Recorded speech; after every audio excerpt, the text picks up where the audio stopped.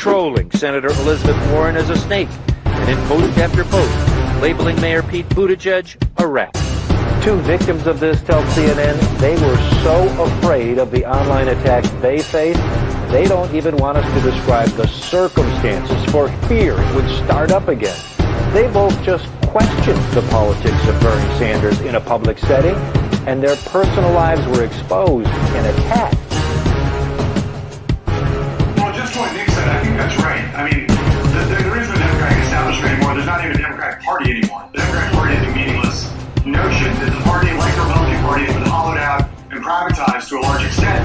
There are Democratic elites, and so when we're talking about the Democratic establishment, we're really talking about a number of, a bunch of people that Nick also knows well, which really means Democratic donors. This is the most important election in the history of our country.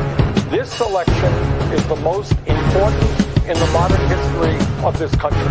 The election in 2020, without hyperbole, is going to be the most important election this country has undergone in over 100 years. Not a joke. This November's elections are more important than any I can remember in my lifetime, and that includes when I was on the ballot. There are just 8 days left in what is the most important election of our lifetime. Where did you guys come to a conclusion about why Clinton had such a hard time just owning that she did something wrong with the email server? You know, I know that Russia and other forces would love us to have a debate. This is exactly what they want. They want us to have a debate about the internal structure of Hillary's campaign, what's true, what's not true.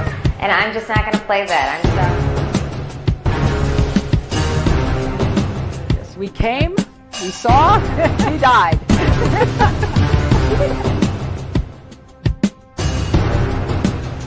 I was the CIA director. We lied, we cheated, we stole. It's like we had entire training courses.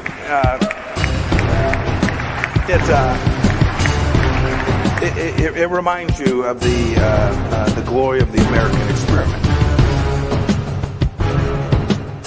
You know, people have said, if you look at, for example, the heat that ended up around the bend the knee of Colin Kaepernick. Mm-hmm. Many smart people have said it actually was not a thing. The Russian bots started taking that. Yes. But I saw my mom. My mom is the strongest woman I know. She should be running. This is not about.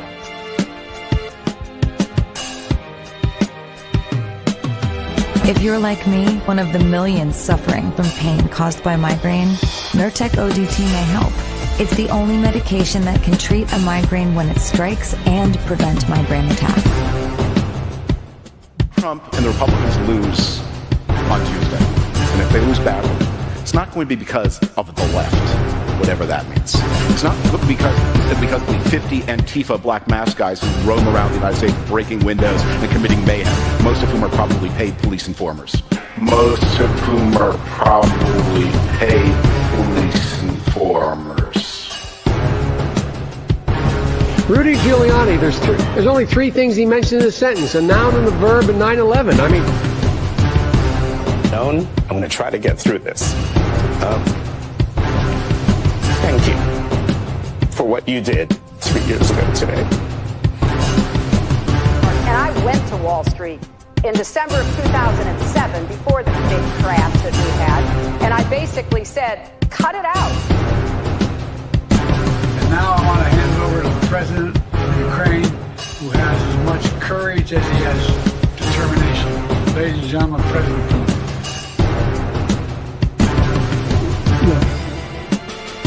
If we finally beat Medicare. Thank you, President Biden. This version of Biden, intellectually, analytically, is the best Biden ever. He is sharp, intensely probing, and detail-oriented and focused. They're eating the dogs, the people that came in. They're eating the cats. They're eating the pets of the people that live there. And this is what's happening in our country. I can't do it. We'll do it live. Okay. We'll do it live. Fuck it. Do it live. I'll write it and we'll do it live. And thing sucks. In 5, 4, 3. Citizens of the internet, welcome to another turbulent week of political upheaval here in 2026. It has been so turbulent, in fact, let me adjust this up right. It has been so very turbulent that yours truly, this is how bad the fuel crisis has gotten. I just want to show you this. Fuel crisis has gotten so bad, I am using a candle to light my cigarettes.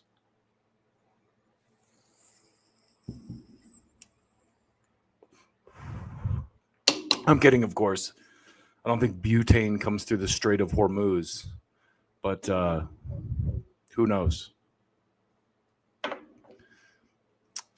Well, let me throw this up for you because we're really starting to see the lines between Republican and Democrat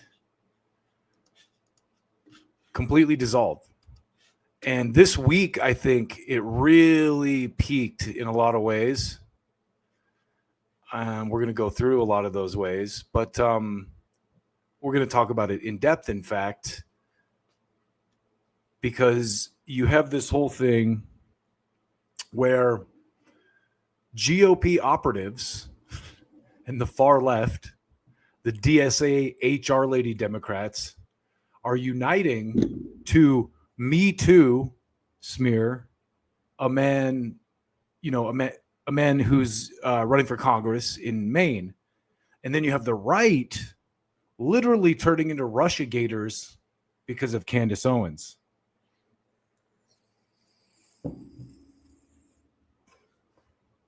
The real story here is I didn't run out and buy a lighter.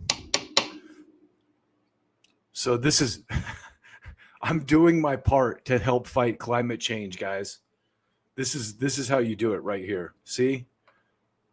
Less lighters in landfills, less climate change, right here.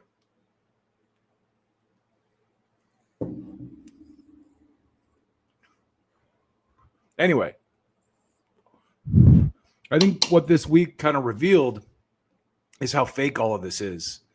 And, these political parties and the ideologies, the quote unquote ideologies, are completely meaningless. They're just marketing tools.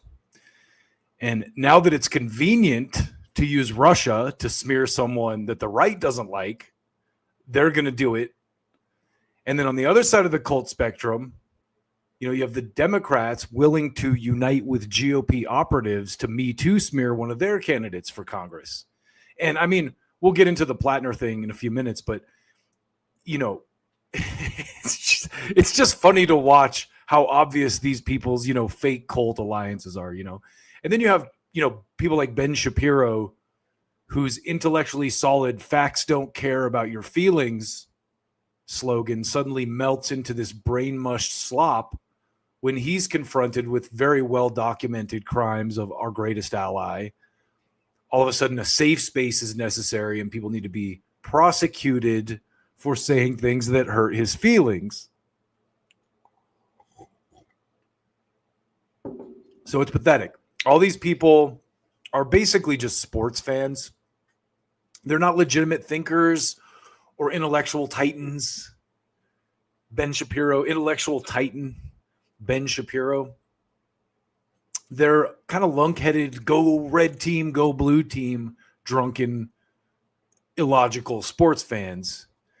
And intellectual honesty and principled argument is, completely forsaken. It's completely left behind in today's world. And all that matters is your team winning.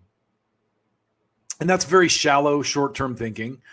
But it's reflected in our politics, in American electoral politics on the whole, in the leadership that we have.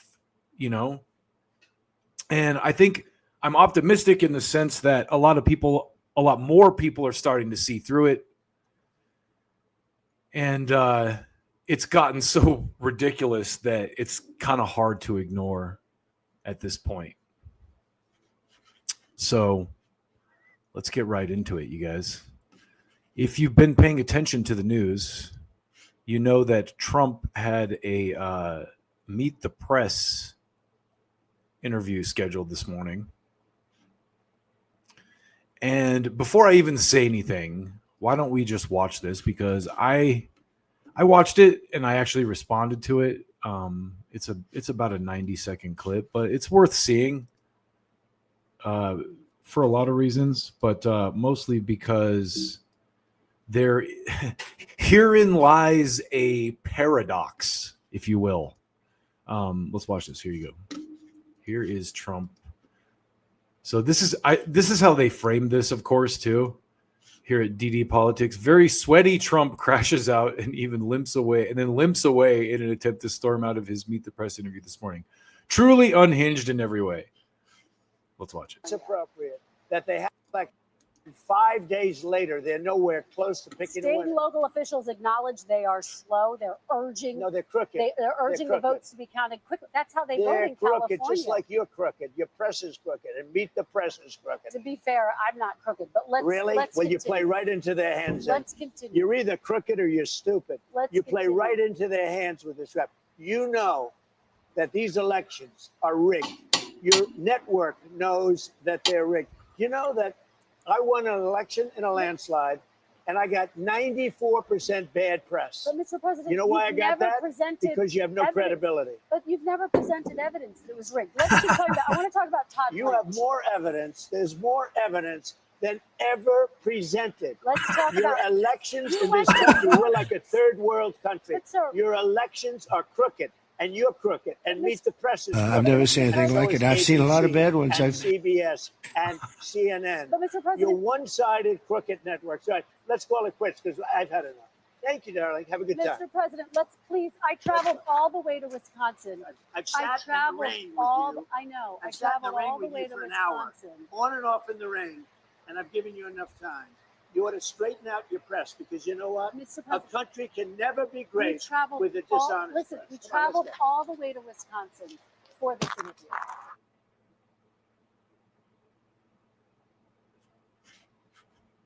Okay, let me start by saying the way that this was framed by this account is already like a little bit off, you know.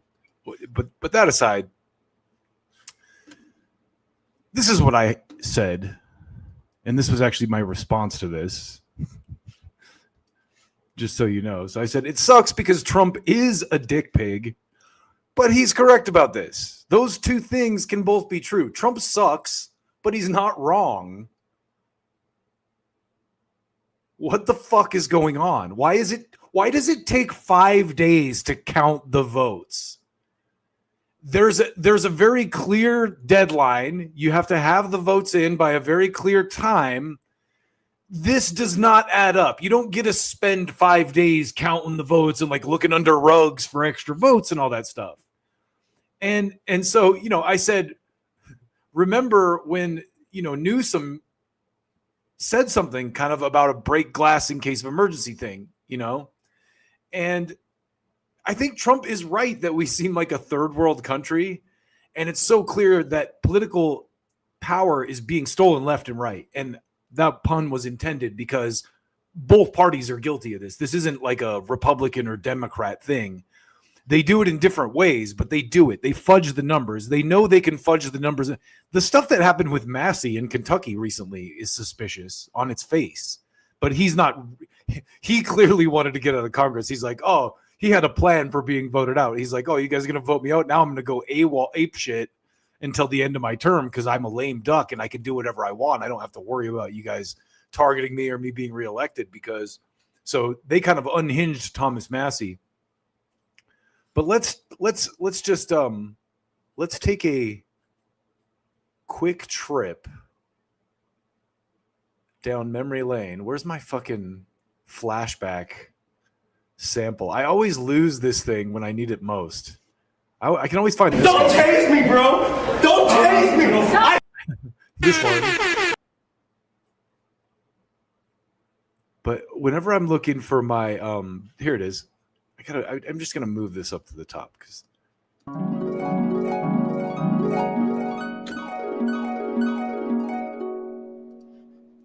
so watch this. But you spoke about accountability. Do you think Democrats will hold you accountable for standing by this principle of neutrality by withholding your endorsement in this non-possible scenario where two Republicans take the ticket? Yeah, look, my focus has been making sure that doesn't happen, and I've exercised not just a focus, but I've exercised through some action efforts to encourage that doesn't happen by making my case, and will continue to make my case. I do not see that scenario taking place.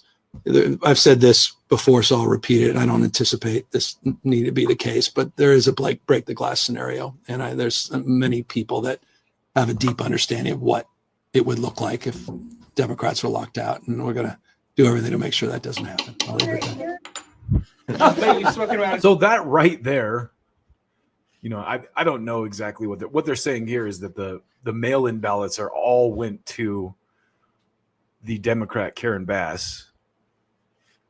They're broken against, it's virtually impossible, yet somehow the ballots keep appearing to raise. So, that's I think what Trump is talking about, although albeit uneloquently, and he's frustrated because he's insulated by so many sycophants. So when someone actually challenges him on any level, he just can't handle it and he has to get up and leave. That's just how he is. So, I think by the same token, stuff like what Newsom just said gets lost down the memory hole, and a lot of people go like, "Oh, well, he was talking about the primary or whatever." Some technical way to fucking justify what he said, but that's stupid. I mean, you don't think he would do that in the general election too if he could do it in the primary? And he's basically just saying out loud, "Hey, we have a lever to steal elections if we really need it. Break glass in case of emergency, in case the Democrats get quote unquote locked out." Americans, I don't think, are ready for how fake their entire worldview in government is. But let's keep going here. Let's get into some good stuff now.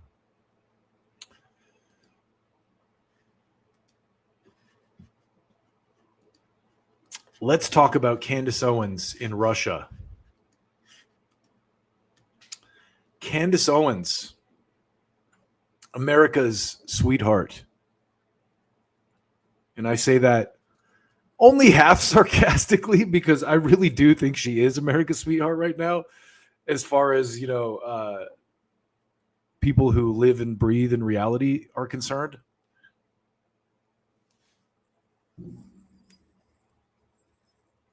But, she has millions and millions of viewers. And if you watch her show or you listen to her, she said, "Hey, I'm going to go to Russia for this thing, this economic thing," or, I don't remember exactly what her justification was, but she's like, "Watch, the entire world is going to freak out about me going to Russia." And of course, that's what happened.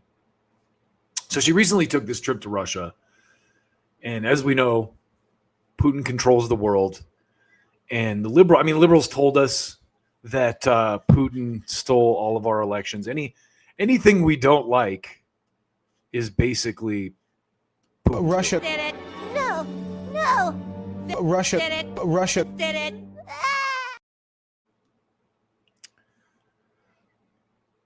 Kamala Harris, if you watched my intro, even posited the hypothesis that Putin was behind the Colin Kaepernick bend the knee protests against police violence, because that's what Putin's that's what Putin's doing. Is if you needed any harder evidence that the whole Russian misinformation thing is just a scapegoat for every bullshit thing that the establishment needs to cover up for. There's these memes of dogs standing in rooms full of ripped up papers and toys and pillows and stuff that says Russia did it. Putin did it. I've shown them on here before, so I don't need to dig it up. But as anyone who isn't a completely out to brunch slop-brained Democrat partisan knows Russia isn't our enemy. And what's going on in Europe, like most U.S. proxy wars, is designed to sell weapons or control energy markets and, threaten. And this is the thing about Russia that a lot of people don't think about. And I want you to stop and just think about this for just a moment. Where is Edward Snowden? Russia's one of the few places that he was able to, escape the reach of our authoritarian ass government after he leaked, information that was critical of, basically exposed them lying to us about the things they were doing. And that's only gotten worse if you look around at the data center thing. But he's in Russia. So the status quo establishment, whatever you want to call the people, the banking cartels, whoever the people that you want to, the elites, I would not refer to them as the elites, but the power brokers, let's call them that, in the United States, of course they want a puppet government in Russia. Then people like Snowden have nowhere to hide.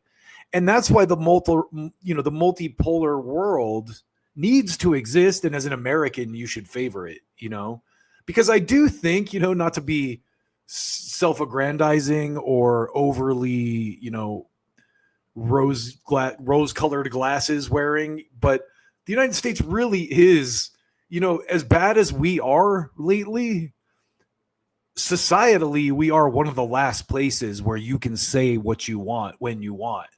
Consequences be damned. Now, of course, if you shout fire in a crowded theater, there's consequences. And the same thing applies to social media. You can have social media and you can, I talked to this guy the other day who lost his job because he posted a picture of himself flipping the bird in his government uniform or something. And they found that on Facebook and fired him. And I was like, wow. It makes sense that they would be looking for that. I totally understand that. They don't want people misrepresenting their institution and whatever, but flipping the bird, and maybe the guy understated what was really going on in the photo. I don't know what the situation was. But that's just to give you an idea how authoritarian it can get, and, or the consequences of free speech as well. If you're going to have that kind of a job, maybe you need to be a little more careful about what you post on social media. You know what I mean? So my point is just that, hey, look, yes, we're one of the last countries that really has, I think, a legitimate free speech kind of societal structure, but also, there's consequences that come with taking that too far. And I think the manufactured outrage brigade, or the mob, trademark as I like to call them, the manufactured outrage brigade, will try to say social media is hurting the children. I don't know if you saw that show, The Social Dilemma. I'm way off on a sidebar now, but I need to make this point before I keep going. That movie, The Social Dilemma, all my relatives and friends were like, oh, you have to see The Social Dilemma. You have to see this, Dustin. It's, oh my God, it's so eye-opening about social media. Podcastistan. We'll get into Podcastistan in a minute. Anyway, I watched this movie and I'm just like, dude, this is brain slop propaganda, slopaganda about... there's a whole thing about these kids being radicalized by YouTube. And when I was watching the No Kings protest and the, all these anti-Trump protests, I'm like, isn't that the kid who got radicalized in the Social fucking Dilemma movie that saw a YouTube video and then went to a protest like that? So they really have this dumb op to make you think that social media needs to be censored for your own good. And hopefully you're smart enough to see past that. So, I got way off on a sidebar there. Let's let Candace take the wheel. I wanted to do some Russian propaganda for you today because we see, as we've just discussed, we see a lot of American propaganda all day, every day. So knowing you go into this with the foreknowledge that you're watching Russian propaganda, wink, wink, nudge, nudge. And let's just kind of look at this conversation that Rick Sanchez had with Candace Owens while in Russia, just to see, just to get some hard evidence of how anti-American these people really are and what a threat to our nation they are.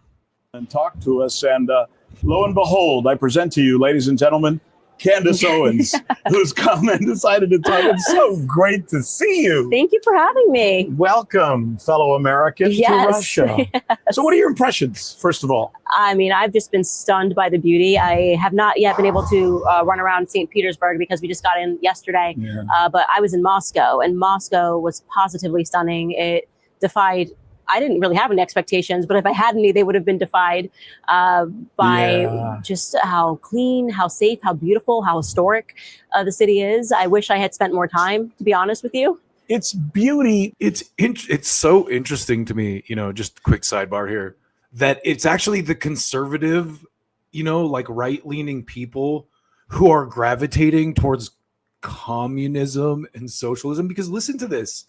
Listen to her talk about how beautiful Russia is. That's socialism, Candace. How dare you? That's communism. Oh my God, I think I'm gonna cry.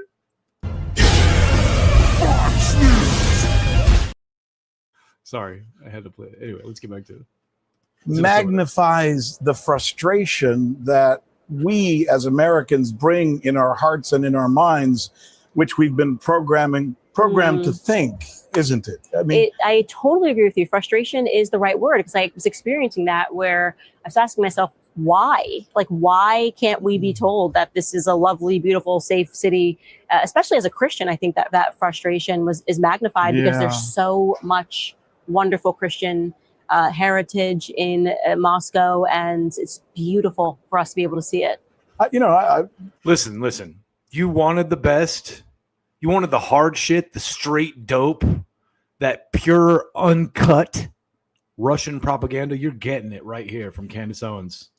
Pure, the hard shit, the raw. As you probably know, I was born in Cuba and came to the Oh, United Cuba! States. So I was. Did he just say Cuba? That is fucking one of the most terrible things I've ever heard in my life. Trained, indoctrinated, maybe is a better word, to distrust Russians, even to hate Russia. And that's a silly thing that we create. And it's our own media. I worked at CNN, as well as Fox and NBC. And I was not just trained to believe that. I was trained to teach that to others. Without question. I always call it the Cold War hangover, where there's not really an explanation, but they just sort of tell you Russia is a no-no and a no-go. And you, as obviously I'm at an age now where I have to have experiences. I don't just trust the media, because if I did, I wouldn't trust myself. Look at what they say about me, the lies they tell about me. And so I do think that we're in this sort of unique dynamic right now where they've told so many verifiable lies over the last 5 years that they've just fractured the trust that the American people have in them. And so I'm very happy for that, because I think it allows us to sort of think more rationally, independently, and to experience more of the world. What's interesting?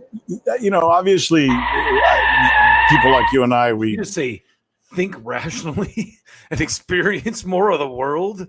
What a terrible, terrible person. I've never seen anything like it. I've seen. Are reading the news and headlines all the time, because this is what we live off of. And there's a couple of big stories that have happened here. Just a week and a half ago in Lugansk, there was a school that was essentially bombed by Ukraine. Many would say with the help. In fact, I was talking to Maria Zaharova yesterday. She's the spokesperson or spokeswoman, as she says, for the foreign ministry. And she blames in many ways our government, and she blames the Europeans and NATO, et cetera. But my point is this. So a couple of weeks ago, some 21 students were killed when they were hit with a bomb in their dormitory, and it collapsed. Many of them were children. They were underage. Yesterday, a bus was hit in Donetsk, and I think something like 8 people died. But it's a commuter bus. It's just civilians or people going to work. So these two things happened. So I immediately checked the BBC and I checked CNN, Candace, as we often do. Nothing. They're writing more, and somewhat angrily, about you being here than about dead children. Yeah, and I think that... Well, this is also a precedent that has been set with our greatest ally. If you allow that to happen in one situation, it's going to happen in another. And anyway, let me let them finish here. Overall is what's contributing in this fracture in trust that the American people have in the media is they're seeing that they are exaggerating certain events in many ways, and then they minimize things that shouldn't be minimized. And so it doesn't serve the media to do it. So I'm unsure why they keep doing it. And people don't believe you as it is. So maybe try to commit yourself to a little bit of truth once in a while, but they just seem completely uninterested in it. Maybe because propaganda has always worked and they have been able to move people in certain directions, and it has been enough to just smear someone and call them, as I've been this week, funded by the Kremlin. Wait, a Putin propagandist, right? Exactly. Yeah. Maybe that's cut, just baby. they are an old dog that can't learn a new trick. Yeah. But certainly, I think independent. Ah, that was beautiful. That's why I love Candace Owens. An old dog that can't learn a new trick. Well, I won't go much further than that, but I encourage you to watch the full interview. It's very good. And as a first-time visitor to the country, she's impressed. You know, and people may say, of course, because Russia sweeps all the poverty and authoritarianism under the rug when the guests are there, just so, you know, she can come back to the U.S. and do her evil Putin propaganda. And I'm like, you mean the same way that Gavin Newsom did when Xi Jinping, or what? How do you say his name? Xi? My whiteness is showing. You know, when Xi came from China, they swept up all the homeless people in San Francisco, and you know, that's a ridiculous argument on its face. And sometimes I wonder if the U.S. had any idea, you know, the U.S. military, had any idea the Pandora's box that they were opening when they connected us all through the internet. You know, obviously it's been used very efficiently to take out different regimes and stuff, but by the same token, it kind of has enabled this like workaround where the narrative control that existed with the legacy kind of gate-kept media, it just isn't there anymore. And it's so much easier, you know, I've said this many times, for the community notes to get people, you know. So just to show you kind of what they did too. This is the Google search results when I searched Candace Russia, the headlines that they had on display, you know, when you do a Google search, you can kind of get an idea as to what the trending topic is or whatever, you know. And so I thought this was interesting because you have this batch of headlines here that says, you know, first thing they do is put her in league with, they always kind of lump people together, like Candace and Tucker are both the devil, you know, but here they link her up with Andrew Tate, like you notice, and it says Candace Owens and the Tate brothers turned up in Russia. Kremlin has spun it as blah, blah, blah. Only Candace Owens could prompt MAGA to acknowledge Russian. We'll get into that one in a second, but you see what they're doing here, right? You know, and this New York Times headlines at the bottom, Russia rails against the West but welcomes Candace Owens. That's a subtle way of saying she's an agent of Russia sent to rail against the West. And we see you, New York Times, the kings, or to be politically correct, the queens of war pig propaganda, the empire's publication of choice, the classy paper of record for blood-soaked clowns, the should I keep going? I called it recently. I called the New York Times toxic neoliberal dumpster lining lower than toilet paper. I would wipe my ass. I wouldn't even wipe my ass with the New York Times. That's how highly I think of it. It's below toilet paper on the ladder of relevance for me. But it gets better because all the right people, you know, the right-leaning people that believed, you know, this Russiagate thing, now they're suddenly going to, you know, that basically understood what was going on with the Russia thing with Trump, you know, how it was kind of being used to discredit him. And I mean, this whole Russiagate thing, I mean, honestly, if you still believe that's real, I feel bad for you because there's so much hard evidence that it was a scam. The first hard piece of evidence being that Clinton's campaign paid an actual FEC fine for the dossier, for funding the Steele dossier through Fusion GPS. So, going back to my response to the Trump storming out of NBC thing, it's like two things can be true at once, right? Like Roger Stone can be a scumbag and can also be right sometimes that the rest of the government is also corrupt. You know what I mean? And the same goes with all this stuff. People are so, ingrained in this cult sports fan like version of politics that they can't wrap their heads around the uniparty thing or the duopoly sometimes, And it's like, it's funny because now you have the right wing acting exactly like their liberal counterparts, people they used to make fun of. And there's no better example of that than this right here. This is, hold on a sec. This is the gun go bang yay lady. That's what I have her in my notes as, gun go bang yay lady with the nice tits that conservative men love.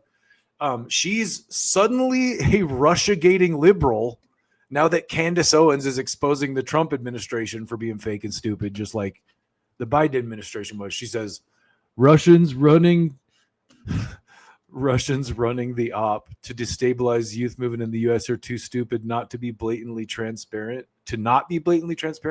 The problem is they pick the dumbest people in Podcastistan to try to carry it off. So she's suddenly a Russiagating liberal claiming that, Candace Owens is Russian propaganda.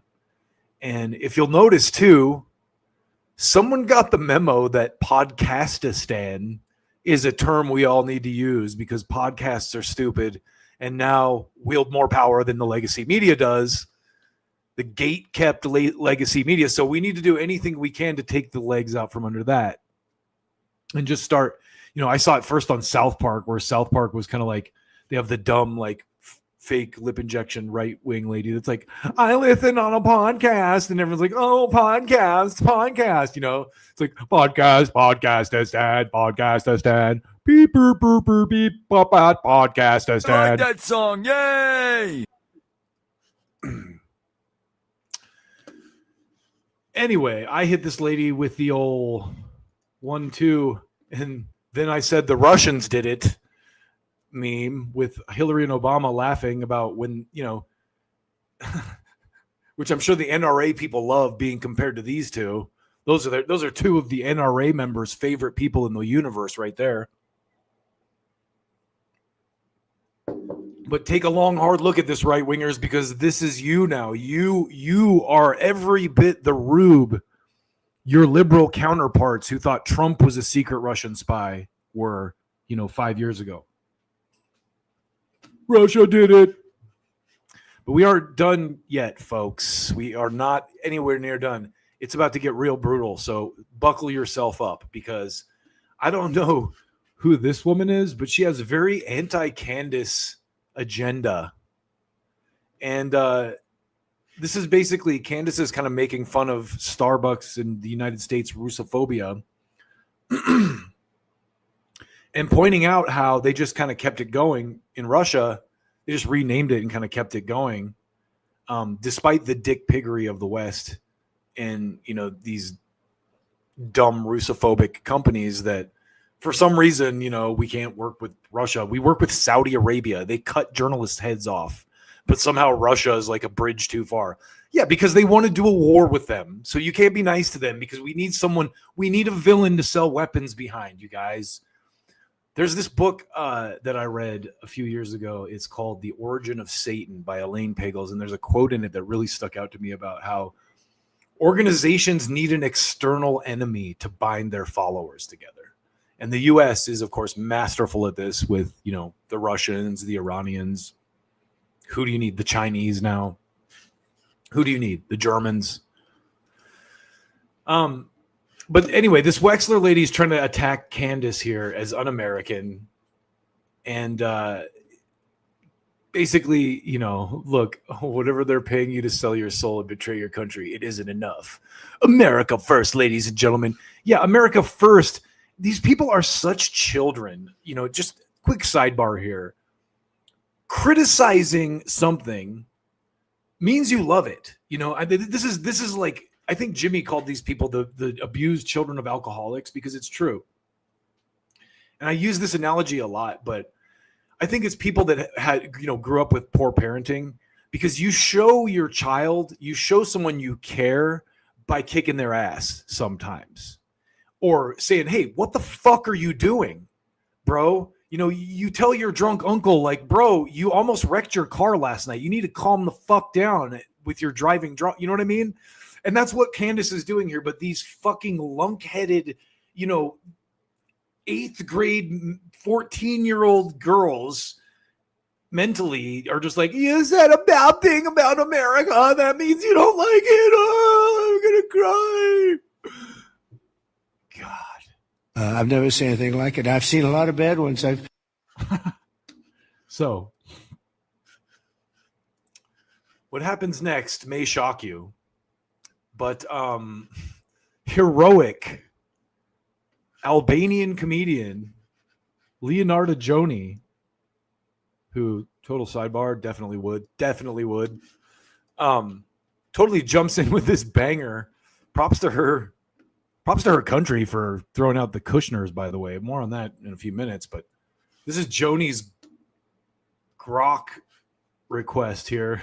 And, a lot of people make fun of the grok thing, but it is convenient when you're, going back and forth on social media to bring anything. All it's doing is searching.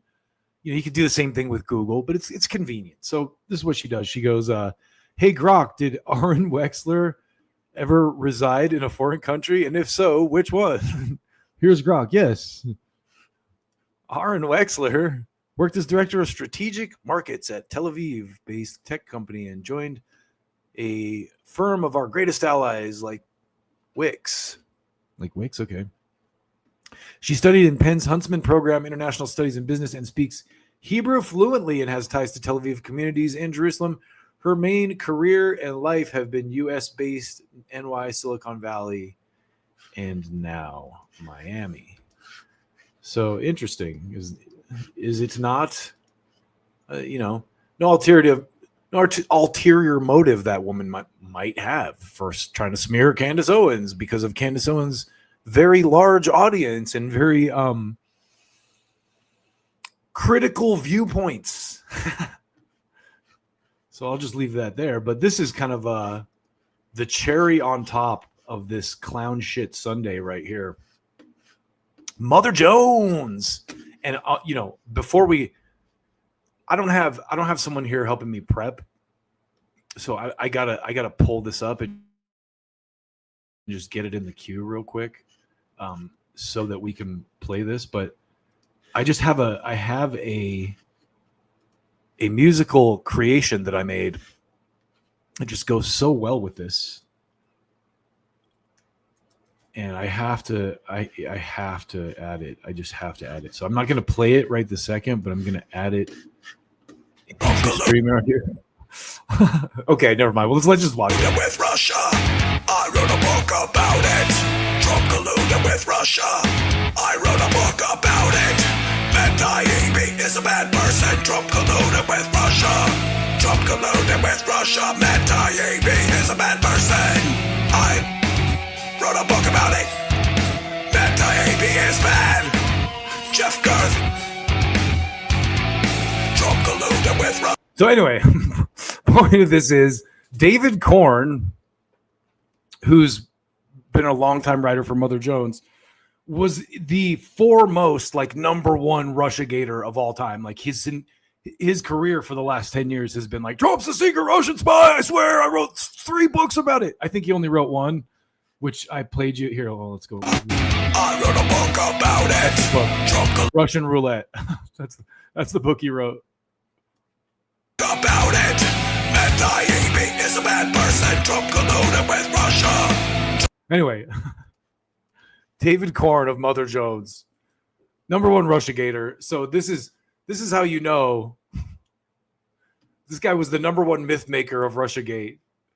And the mainstream GOP hacks are now using the Russia nonsense in a desperate attempt to smear someone they don't like. And it just kind of, again, shows how pathetic these people are in real life and how dumb they think the audience is.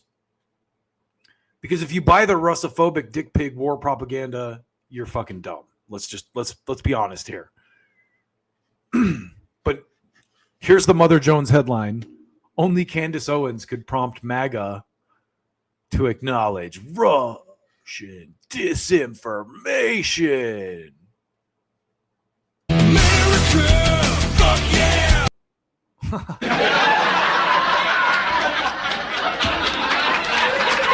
I want to be just like you. I figure all I need's a lobotomy and some tights. So anyway, now I'm just getting stupid with it. It's like a abstract sample project. I would venture that if you're dumb enough to still buy the Russiagate propaganda, you would tune into Rachel Maddow or Glenn Beck, who are both Russiagating here in either direction. Here's Rachel Maddow, and this tweet was shared on December 3rd of 2025. So a little less than a year ago, well, about a half a year ago, the end of last year. I don't know if that's when the actual episode was taped, but she says Russia's a podunk country. I don't know what Putin has on him, but Trump works for Putin, and it's an embarrassment to this country. Then you have Glenn Beck. Apparently, Russian media is now calling Candace Owens the bridge to the USA. This isn't about Candace. This is about Putin and Dugin, and it proves everything I've been saying. I didn't know that Glenn Beck is a Mormon, but to anyone who's a Mormon, I apologize in advance for this, but I definitely think less of you as a critical thinking person. I grew up with the Mormons. I grew up in the Mormon church. Several members of my family are former Mormons. Several of my friends are former Mormons. The people that are still Mormons, we kind of just laugh at and wonder why they are living a lie. But hey, Glenn Beck, good on you for, at least trying to be a good person, I guess. The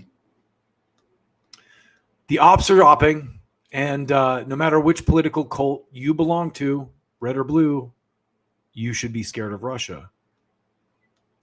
Speaking, and again, these people think their audiences are stupid. If you watch Rachel Maddow, she knows you're stupid. She's been screaming that Trump is a secret Russian spy for like 6 years now and that he's about to be arrested for it, and nothing's ever come of it because it's totally made up. But there's still people that believe it because of her. The complete and total rubes. And now Glenn Beck's dipping his toes into that water. I think that's like a sin or something, isn't it? Like if you're a Mormon, if you're a good Mormon, isn't that like sinful to like willfully mislead people like that? I think that's like against the values of good religious people, Glenn. So you might want to think about that if you're truly religious and it's not some fucking fake grift you're doing. But we all know what's going on here. Speaking of stupid, though, Laura Loomer jumps into the fray with this banger. I don't think conservatives realize how much Russian propaganda we've been fed over the last few years as independent journalism. Again, Podcastistan. Russia did it. No. Russia did it. Russia Did it. That term. So it's starting to become very clear how many people are claimed to be defenders of the West. We're just saying that to suck in a pro-West, audience or whatever. The full thing isn't here, but this guy clearly shows you, kind of the hypocritical dynamic here between the reality and the fake narrative these people weave. And let's be honest, without the internet, people like Laura Loomer would have been elevated to a point above, someone like Candace Owens. Candace Owens would not have a platform, and the general belief and, reality among the populace would be Laura Loomer's viewpoint that these people are secretly working for Qatar or Russia or whatever. But thanks to the internet and thanks to people like, this is why when people are like, oh, Candace Owens is a secret CIA op or Tucker Carlson's a secret CIA. Maybe, okay, like crazier things have happened, but if they are, at least they're nailing it on these issues. You know what I mean? It's like, okay, at least we got the feds with us on this one, if that's the case. So, you take your wins where you can get them, I would say. But very dumb propaganda around Candace Owens. And it just, again, watching MAGA turn into this guy. Ain't that America? You and me. Ain't that America? Was not on my bingo card. I didn't think that and listen, let's be honest too. I give MAGA or Trump supporters some credit. The legitimate Trump supporters who supported him because they thought he was anti-war and like going to actually do something to change the status quo. Those people have been pretty honest about how disappointed they are with what he's done. Unlike the Democrats who got Biden elected. So there is that side of it, and I would call it like, I don't think MAGA actually exists anymore. What happened is once the election was won, the power brokers who run everything, regardless of which party is in power, went, okay, well, now we're just going to pretend that like all these establishment Republicans like Ted Cruz and Mark Levin and Ben Shapiro, who hated Trump 5 minutes ago, are MAGA now. And, no one in their right mind's buying that. But, except for the boomers who watch Fox News and, really just believe whatever the TV tells them. And those people are a very small, dwindling number.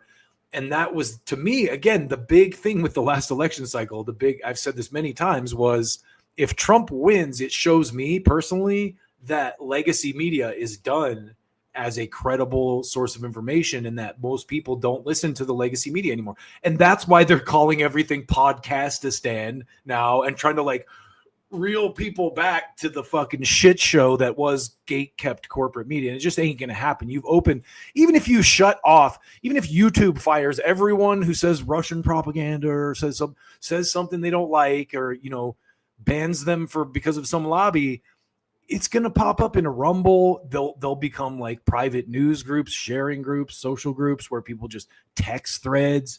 You can't stop it. You cannot stop. Someone will build another platform. The internet is undefeated. So speaking of the internet being undefeated, let's talk about Dave Rubin. I said Dave Rubin. Dave Rubin. That's a much cooler name than Dave Rubin. Dave Rubin almost sounds like a European artist's name. Yes, my name is Dave Rubin. I throw paint at the paints. I throw paint at urinals and then I hang them up in the art museum, and that is why I'm famous. My name is Dave Rubin. I'm from Amsterdam. Sorry, Amsterdam. No disrespect. I love you, Amsterdam. That was like a bad Russian accent too. Anyway.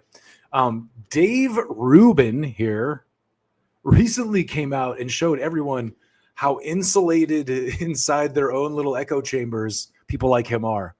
The paid Trump influencer people who clearly get a script that because they all tweet the same thing. They're getting, you can tell they're getting, it's basically like a, hey, Chat GPT, rewrite this in my language. Scan my Twitter post and rewrite this fucking talking point in my language. That's what these freaks are doing. I'm trying to stop using the other F word. I've been using it. I realize I've been using it too much, and I don't want to upset my gay friends, but it's just such an appropriate word sometimes for certain types of people. And in the case of Dave Rubin, I don't think it's appropriate because he's actually a gay man. And I'm not trying to slur him for being gay. I have no problem with him being gay. Like I will say this before we get into this. That's one of the things I do actually respect about Dave Rubin. I have to say, Dave, come on the show. Come talk to me, man. Because one of the things I do respect about you is that you're an openly gay conservative. I respect that because that's a hard thing to be. And so I appreciate that. I definitely respect like Andrew Sullivan, the bald bearded dude who Bill Maher has on. That guy's great. Like openly gay conservatives who are kind of like bucking the status quo in their party and kind of like giving a middle finger to the religious right. Respect to those people. They're not really giving a finger to the religious right either. They're like people like an Andrew Sullivan guy, even Dave Rubin probably have a lot of traditional family conservative values or whatever, but they're going to be perceived as like, you know, these sodomites because they're homosexuals. And I definitely appreciate Dave Rubin and respect the fact that he's an openly gay conservative. So that aside, let's watch this video of Dave being ripped apart by a hippie chick with a septum piercing. Because, you know, things that were not on my bingo card, not only Dave Rubin allowing this to happen, but also Dave Rubin allowing this to be published. That's another thing I will give him a lot of credit for, is that he let this shit go out. The war's over. No, it's what do you mean? Very much. There's no. a ceasefire. There's not one Israeli in Gaza. The hostages are home. Trump made several campaign promises to his voters that he hasn't come through on, and yet we continue to hear you guys bootlick him all the time. I love and this it's girl. very frustrating to me The that you're topic is not the modern holding- left cares more about ideology. Yeah, and I disagree with the claim. Yeah. I think that the modern right cares more about ideology. I mean, What let's is look that at ideology? so Yeah. let's look at some of the things that Trump ran on, right? He ran on Okay, this girl gets my fucking vote for comedy of the year for calling Trump tramp. That is, and she may have not done that on purpose. She seems clever enough that she snuck that in there. She got the transgender. She's out here smoking. Let's watch that one more time. I think is the modern left cares more about ideology. Yeah, and I disagree with the claim. Yeah. I think that the modern right cares more about ideology. I mean, What let's is look that at ideology? so Yeah. let's look at some of the things that Trump ran on, right? Yeah. He ran on an America First campaign, and then he bombs Venezuela. Then he doesn't end the war in Israel, even though he promised he was going to do that. What He do you starts mean? a The war is conflict. over. The war's over. No, it's What do you mean? very much There's a ceasefire. There's not one Israeli in Gaza. The hostages are home. I've never seen anything like That it. is I've seen a lot of bad absolutely ones. not true. What That do you- is fundamentally false. Wait, you're saying there are hostages in Gaza right now, and the war is continuing? The right now? conflict has continued. Yes, Yeah. there have continued to be bombs. And They're- moving they're on. bombing Gaza right now. That's what you're telling me? Yes. Yeah, that's not true. I mean, I know That's you not get your true. news from That's not Grok, true. but like Yeah. this Yeah. is a fact that is continuing Yeah. to happen. So he promises to be America first, right? I hear you. It's definitely a time. And the war in Israel. He starts a war in Iran while simultaneously defunding the VA, right? So he's sending people to go fight an unnecessary war while defunding the organization and the institution that helps those people. That's not America first at all. He said he was going to be tough on crime, especially immigrants, but he pardons the president of Honduras, who was literally in jail for smuggling 400 tons of cocaine into the U.S. He promised he was going to drain the swamp, and then he puts Kash Patel in, who's drunk at work. Then Yeah, he puts we here Pam now. Bondi in, who's a fucking Stupid. numpty, right? Then he puts Kristi Noem and her big booby boyfriend in, right?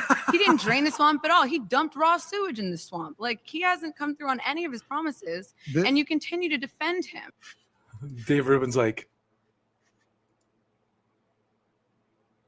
Yeah, well, you know, that's just like your opinion, man.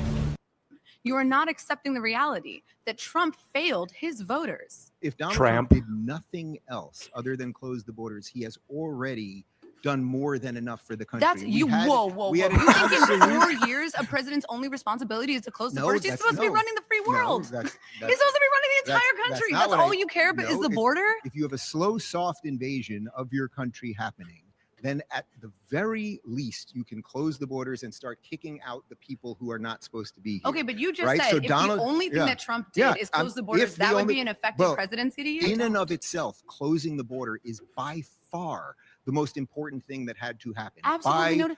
So far. you don't care we that had an wait, invasion hold on. into this country. 16 to 20 million people, on top of the fact that we probably had at least 12 million illegals here in the first Diva, place. so you don't So we care have about- that he just cut we $1 have about trillion 30 from Medicaid. we- You don't we care have that he about defunded 30 the EPA. You don't care that I he don't care defunded that the he fu- VA. I don't You care don't that care he that funded he the EPA, but that's besides the point. none of those things. You don't care. It's just as long as he does immigration, you're happy. No, That's delusional.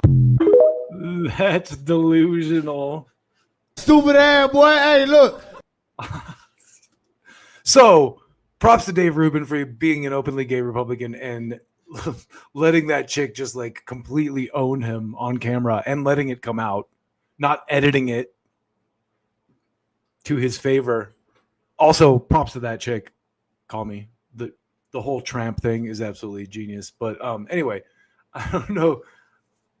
Right out the gate, you could kind of see how this went, but it gets better. It gets even better. So watch this. This is this other kid totally takes him on, and again, Clint Russell here says it. One of the things I respect most about Dave Rubin is he knows nothing about anything and doesn't even care. He went into a debate with 30 people and did zero prep whatsoever. Awe-inspiring ineptitude.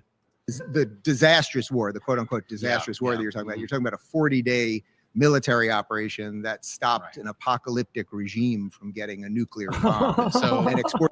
He really thinks that we won the Iran war. This is crazy. Terrorism throughout the world, and we're now in an economic embargo of them, right? We've basically done a blockade of the Strait of Hormuz. So to say it's a disastrous war, we've done a blockade. We did lose. Hang on. We did lose 13. We did lose 13 of our soldiers, and that is killed over terrible. 200 children. But things happen in war, right? Yeah, things, yeah. Well, things do happen in war. You can laugh at that. Hold on. Listen, you want to talk? If Donald Trump wanted to prevent the Islamic Republic of Iran from obtaining a nuclear weapon, he could have just stuck with the Iran nuclear deal that he ripped up. No, and Iran did not enrich past the 3.67. Wait, they didn't enrich past the 3.67% agreed upon in the JCPOA. They only got to 60% after Donald Trump left that deal. I'm impressed with your talking points. You got impressive talking points, and you memorized them well. They're not correct, but I am impressed. Okay.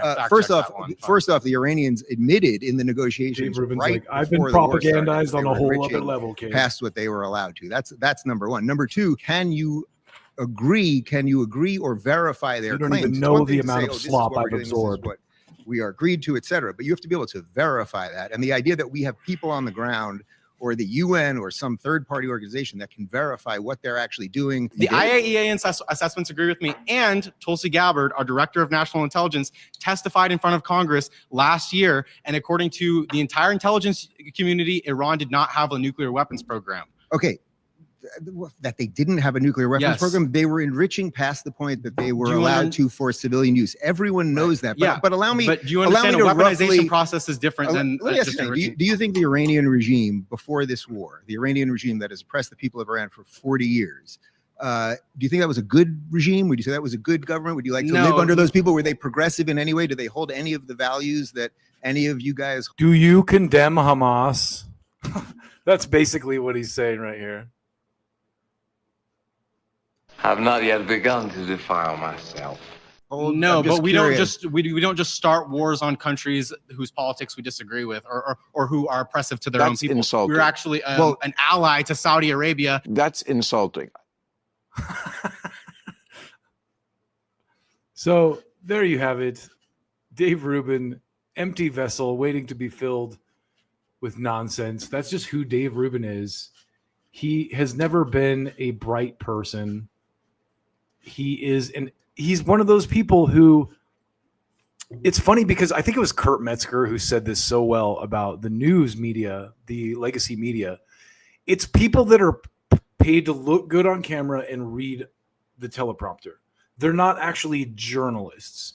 People that are actually journalists are like ugly, scummy, combative douchebags like Michael Tracy or Matt Taibbi. I mean, Matt Taibbi is a good example of someone who I think, I resent some of the like demonization of him. I understand why people don't like that he doesn't cover the Israel thing and kind of don't take him seriously for that reason.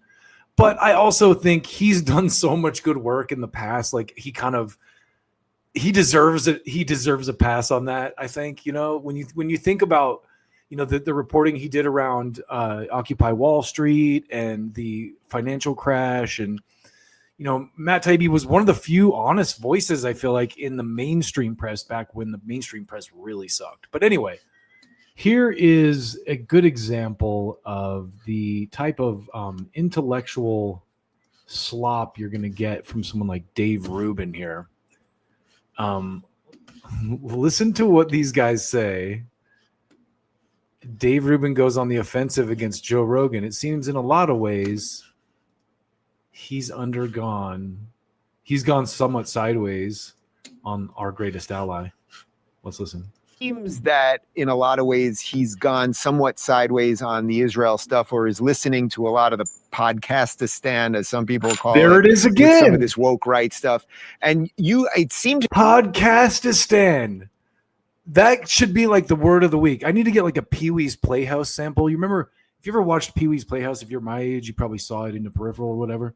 But they would have like a secret word, and whenever they would say the secret word, like everyone in the house would start screaming, "Ah!" I need to get that sound. I'm totally doing that. Secret word sample is on deck. Anyway, podcastistan. Let's hear that again. It with some of this woke right stuff. And it seemed to me that you really tried to clean up some of his confusions stuff, or is listening to a lot of the podcastistan, as some people call it, with some of this woke right stuff. As some people call it. It seemed to me that you really tried to clean up some of his confusions. There's a clip from a few years ago where you're on with him, and you ask him how many Jews there are. What did he say? He said 3 billion. A billion here. And listen, I have nothing personal against this guy other than the fact that he's an apologist for a fucking gross, disgusting thing. But the reason that a guy like Rubin here is such a great venue for someone like God Saad is because he's an empty vessel. You pay him enough and he will agree and say whatever you want. Agree with whatever you want, say whatever you want, twist anything you want, just give him the right amount and you're good. And you see, again, this podcastistan thing keeps popping up because these legacy media types hate podcasts, which means that podcasts are probably a good thing. They're probably doing something correct. And I love these people that pretend that Joe Rogan is like a CIA op. He definitely leans right on some stuff that I might not do the same, but he has this massive audience and is enabling this conversation or conversations like this about our greatest ally, and that no one else is. Like, you don't see anyone with that other than like now Candace Owens, Tucker Carlson. But people will say like, oh, they disingenuously picked this up because the idea that like you can just make bank like talking shit about Israel is the most hilarious concept I've ever heard in my life. Like, it's the complete opposite. Everyone knows it. You're much more likely to be elevated in, the entertainment world if you're part of, that culture. And I wouldn't even say Jewish so much as like Zionist, because there are plenty of Christian Zionists. It's not a Jewish thing. There's plenty of other cultures in Hollywood that are not Jewish. But this, again, going back to the point here, the idea that like, oh, look, it's a cottage industry to criticize Israel. Like, really, if you believe that, I need to check your fucking brain, because I don't think there's much left of it. Anyway, speaking of media manufactured smear campaigns, I need to use this more. Let's talk about your boy, Graham Platner. I want to start this this little bit here with a quote, a lovely quote for you.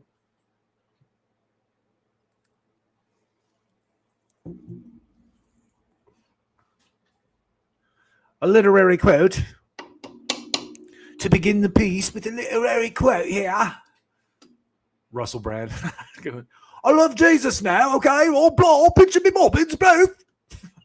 Sorry, British people, I love you. In fact, my favorite thing is when Monty Python does fake American accents. That's like the funniest thing ever. Monty Python, the greatest comedy troupe of all time.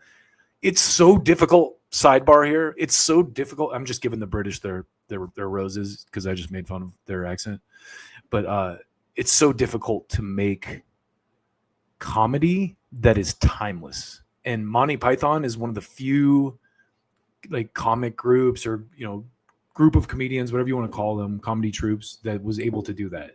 Because fucking Meaning of Life and Holy Grail and what's the other one that I love?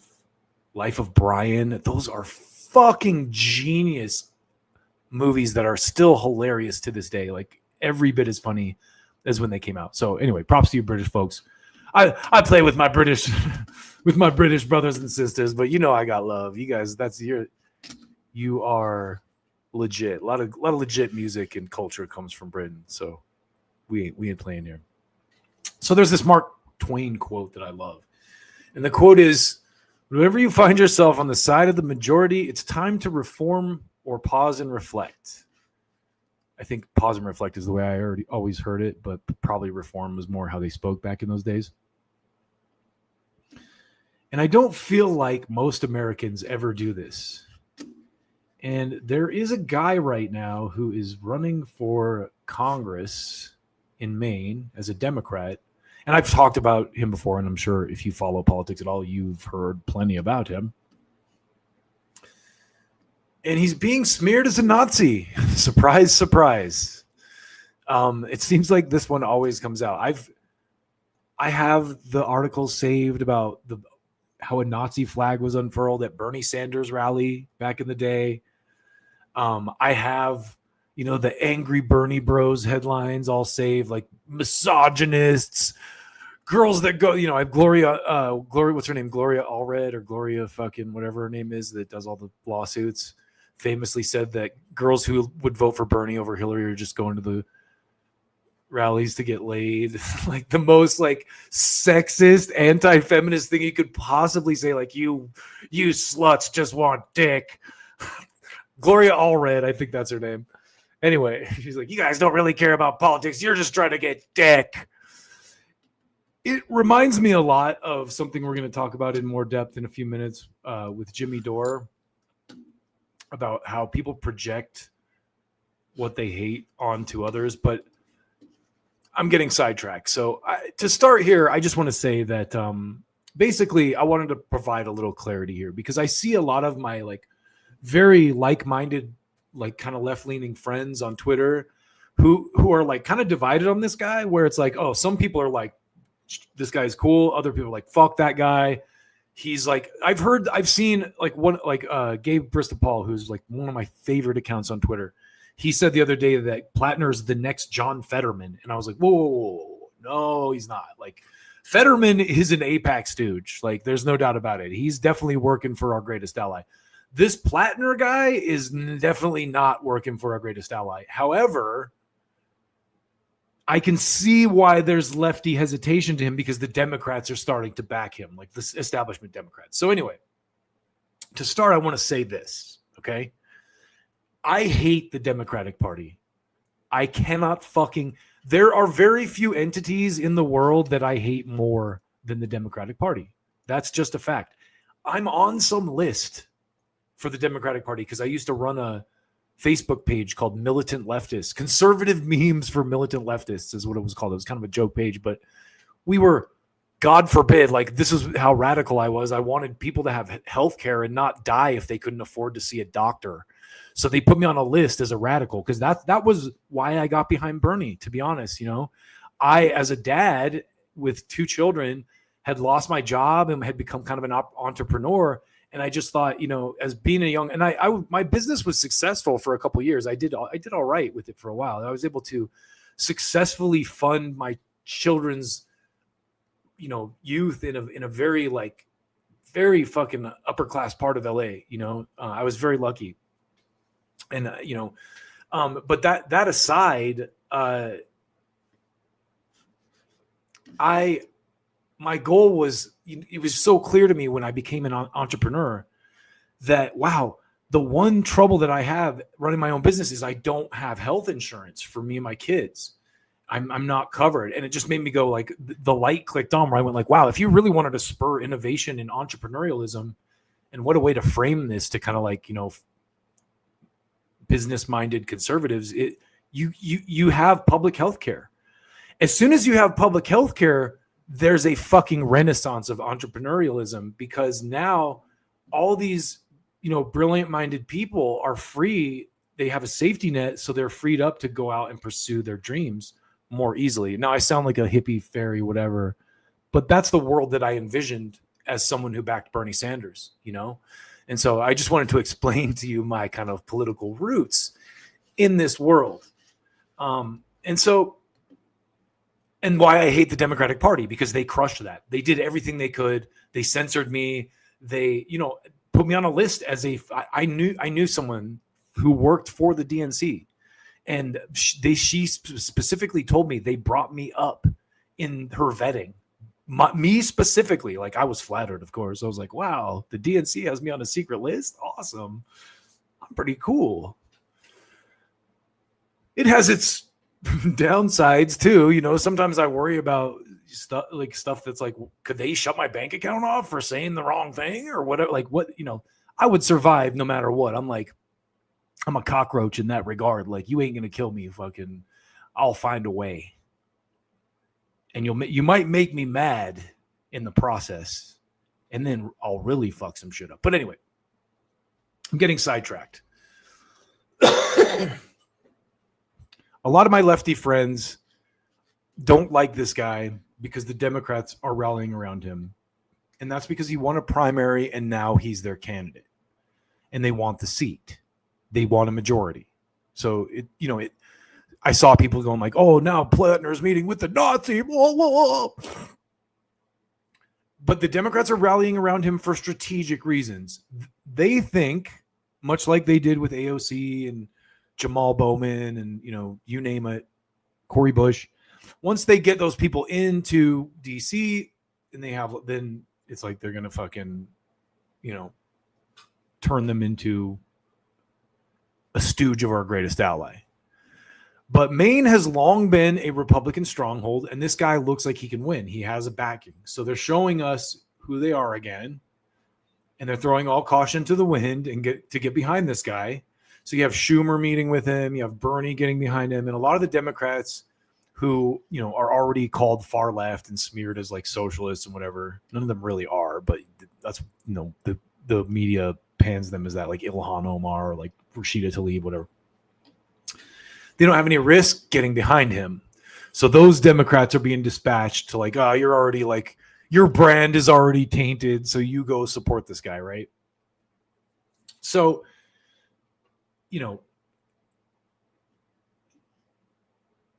these people basically are trying to get this guy elected, and all of a sudden,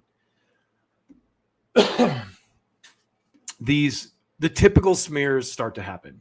And the first one is that he has a Nazi tattoo. Okay. And so I have to say, I learned something in the process of this. So let me show you this whole process here. So I was arguing that the original tattoo that Platner had is basically a skull and crossbones. And I don't know my Nazi symbolisms. I'm admittedly not an expert in that world. So I got into kind of back and forth with people, and these guys were like, no, this is clearly a fucking Nazi symbol, you retard, whatever. And I was like, I took it to heart, and I went, you know what? You're right. I'm definitely wrong on this. I'm willing to admit when I'm wrong. I was wrong. And so I said, I had this kind of back and forth with Grok because I thought, my angle on it was like, okay, I bet the source of this is the ADL or something like that, So I asked Grok, like, is the ADL the source of the claim that this symbol is a, Third Reich thing? And Grok was like, no, this was Grok's answer. It said, no, it's actually this thing called the Totenkopf. It's very visible on a lot of the Nazi propaganda or paraphernalia, whatever. So I admitted, I said, okay, thanks. I was wrong about this. Apparently I'm as ignorant about Nazi symbols as Graham Platner is. And this is what Grok's response was. No worries. Plenty of people miss the distinction at first glance. The exact Totenkopf 3/4 skull profile, jawline, and crossbones placement was the official insignia of Nazi SS units, including concentration camp guards per World War II German military records and photos. Generic skull and crossbones motifs predate that by centuries, pirates, cavalry, etc. Platner got his tattoo in 2007 while drunk in Croatia as a Marine. later covered it once identified the design's Nazi link stands on primary historical evidence either way.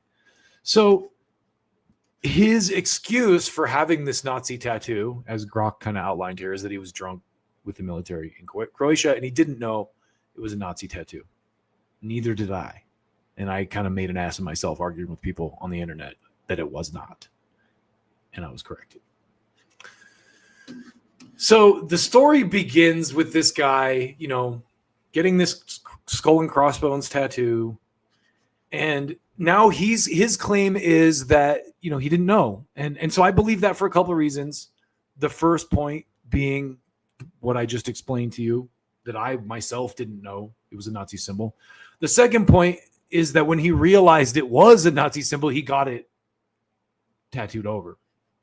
And now you might ask yourself, okay, as any logical, rational thinking person would, is there any evidence outside of the tattoo that he's a Nazi, right? Has he done anything? Has he marched with Nazis? Does he have Nazi paraphernalia at his house? Because if he intentionally got that tattoo, you would think there would be other signs, right? Logically, it wouldn't just be like, oh, like I'm a secret Nazi, but here's a tattoo that's Nazi. That doesn't jive with logic. So let's go through the evidence of Graham Platner's racism for the people who, apparently just need to see. Because one of the first accusations about this guy, if you've been following this at all, and I have, is that he had some racist Reddit posts. And that's kind of when I started hearing about it, because a lot of my the mutuals are black people, and black people are like, yo, this guy said some racist shit, and just if he did, fine, that's not cool. But let's dive into this a little bit. Let's get into the nitty gritty. Let's get into the sweet and juicy here about what this Platner guy is really up to, because he's up to no good, and I'm about to prove it. So this is a thread from Reddit Lies that documents Mr. Platner's Reddit history under the username P Hustle, which makes sense because John Fetterman keeps referring to this guy as P Hustle, and I'm like, why is he calling this guy P Hustle? What does that mean? That's what it means. So we're about to get into it. We're about to get into it right here. So this is one of my favorite examples of what a anti-Semitic white supremacist Nazi Graham Platner is. Here's the first piece of evidence. I got older and became a communist. Deleted posts show main Senate hopefuls' raw views on politics, war, and police. The Reddit account of Graham Platner was just discovered by CNN. So this was the first attempt. This post was deleted, but what does this say? God damn it. Yeah, I know. Twitter, fuck you. Stop covering that up. I get it. Dude. Yeah, I know, you faggots. I can't read that. Oh my God.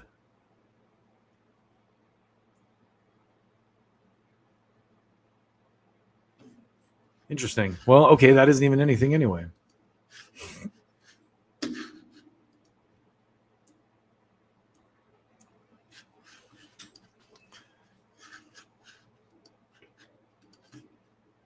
He called himself a communist. So here we go.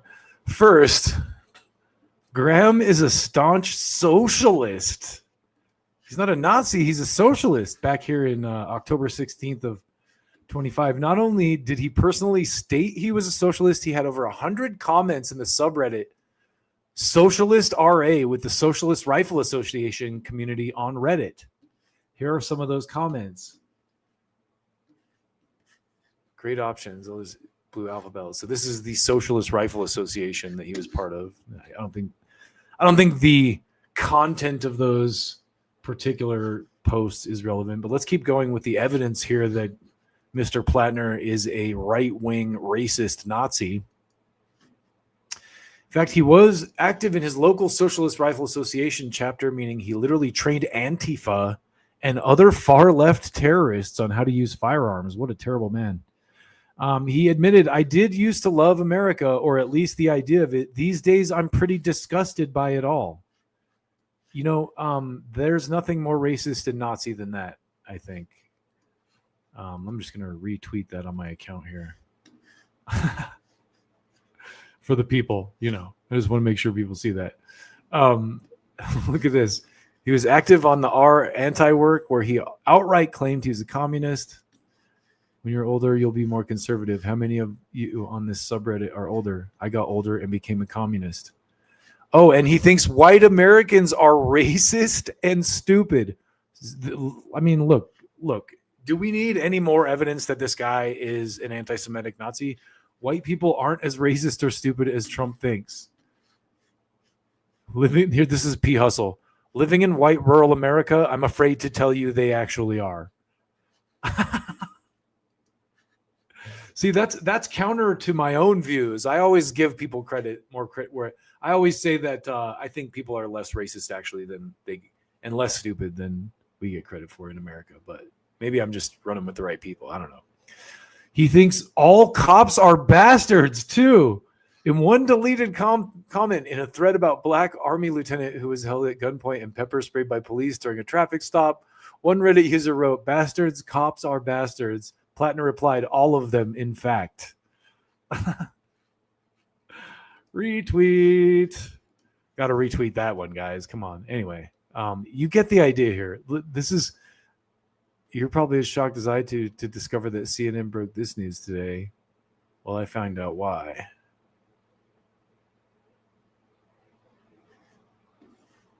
See, liberals should love this. CNN's doing damage control for him. This is why liberals are backing him. CNN's doing damage control for him, lauding him for condemning January 6th and attacking Ted Nugent in 2010. Platner said he still believes some of the ideas, if not specific rhetoric he posted years ago. For example, he still condemns the conduct of January 6 rioters. On his Reddit account in 2021, he wrote, mockingly in January 2021, my coup attempt failed, so now I'm going to say I didn't really mean it. Please be nice to me. My life is in shambles after I tried to overthrow the democratically elected government. As a combat veteran in that motherfucker, makes me want to puke when he spews warmongering macho bullshit. Suck a dick, Ted. That's what Graham Platner said. As you can tell, this sounds very Nazi to me. I don't know, guys. Like, do we need to keep going? This man is dangerous. Leftist guide for military skills. What? I mean, you want to dig through? Here we go. The last thing he wrote on Reddit was calling someone a retard. Oh my God! What an absolutely horrible person he is. So as you can see, this guy is a racist, and then this smear, it didn't really stick. So I want to keep going here because I just wanted to bring plenty of evidence to confirm that this man is a violent racist Nazi for you. And this is another very, very big piece of the Graham Platner is a Nazi puzzle, I think. Why is this not working? It's not letting me on my fuck. Okay, hold on. I'm having errors on my browser. Hopefully my sound is good. Let me reload this real quick. I've been keeping an eye on it, but let's try this again. More evidence that your boy P. Hustle is a violent racist Nazi. I'm bringing the receipts. I told you guys I was coming with it today. And now here I come, baby. Here I come. Wait, let's read the caption on this before we watch this clip. Platner, what happened in Gaza is the moral question of our time, and we've failed it miserably. I mean, at this point, I would just say shameful. This is what has happened in Gaza it's the moral question of our time, and we failed it miserably.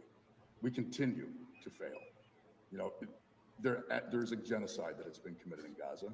And we continue to not only not stand up against it, but allow it to happen, run political cover for it, run diplomatic cover for it. Down the road, history is not going to remember the leaders of this nation of both parties, by the way, who allowed this to happen. It's not going to remember them well. And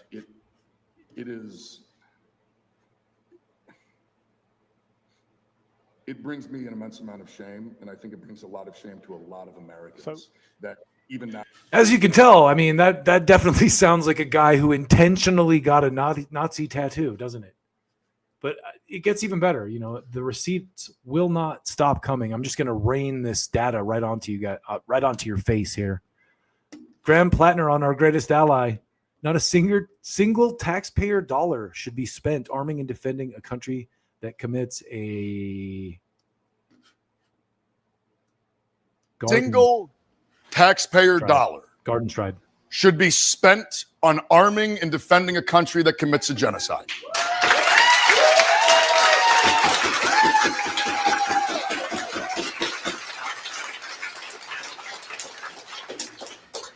I would absolutely support Senator Sanders' bill to restrict military aid, but I'll be entirely honest, looking down the road, this is a nation that right now is exterminating people. It is going to be very difficult for me to ever be able to look at them again and see someone that we should be working with closely. An immense amount of work is going to have to be done, in my opinion, to fix that relationship, because what I am witnessing now is the height of horror. And the fact that it is being done by bombs that are built in this country and paid for with our tax dollars is utterly unconscionable, and it needs to end. So again, very, very signature kind of speech you would hear from a guy who intentionally got a Nazi tattoo and loves Hitler and loves doing all the bad stuff, you know, is racism against the Jews. Anyway, given this context, I believe, actually, I think I have one more clip. No, I think that's enough.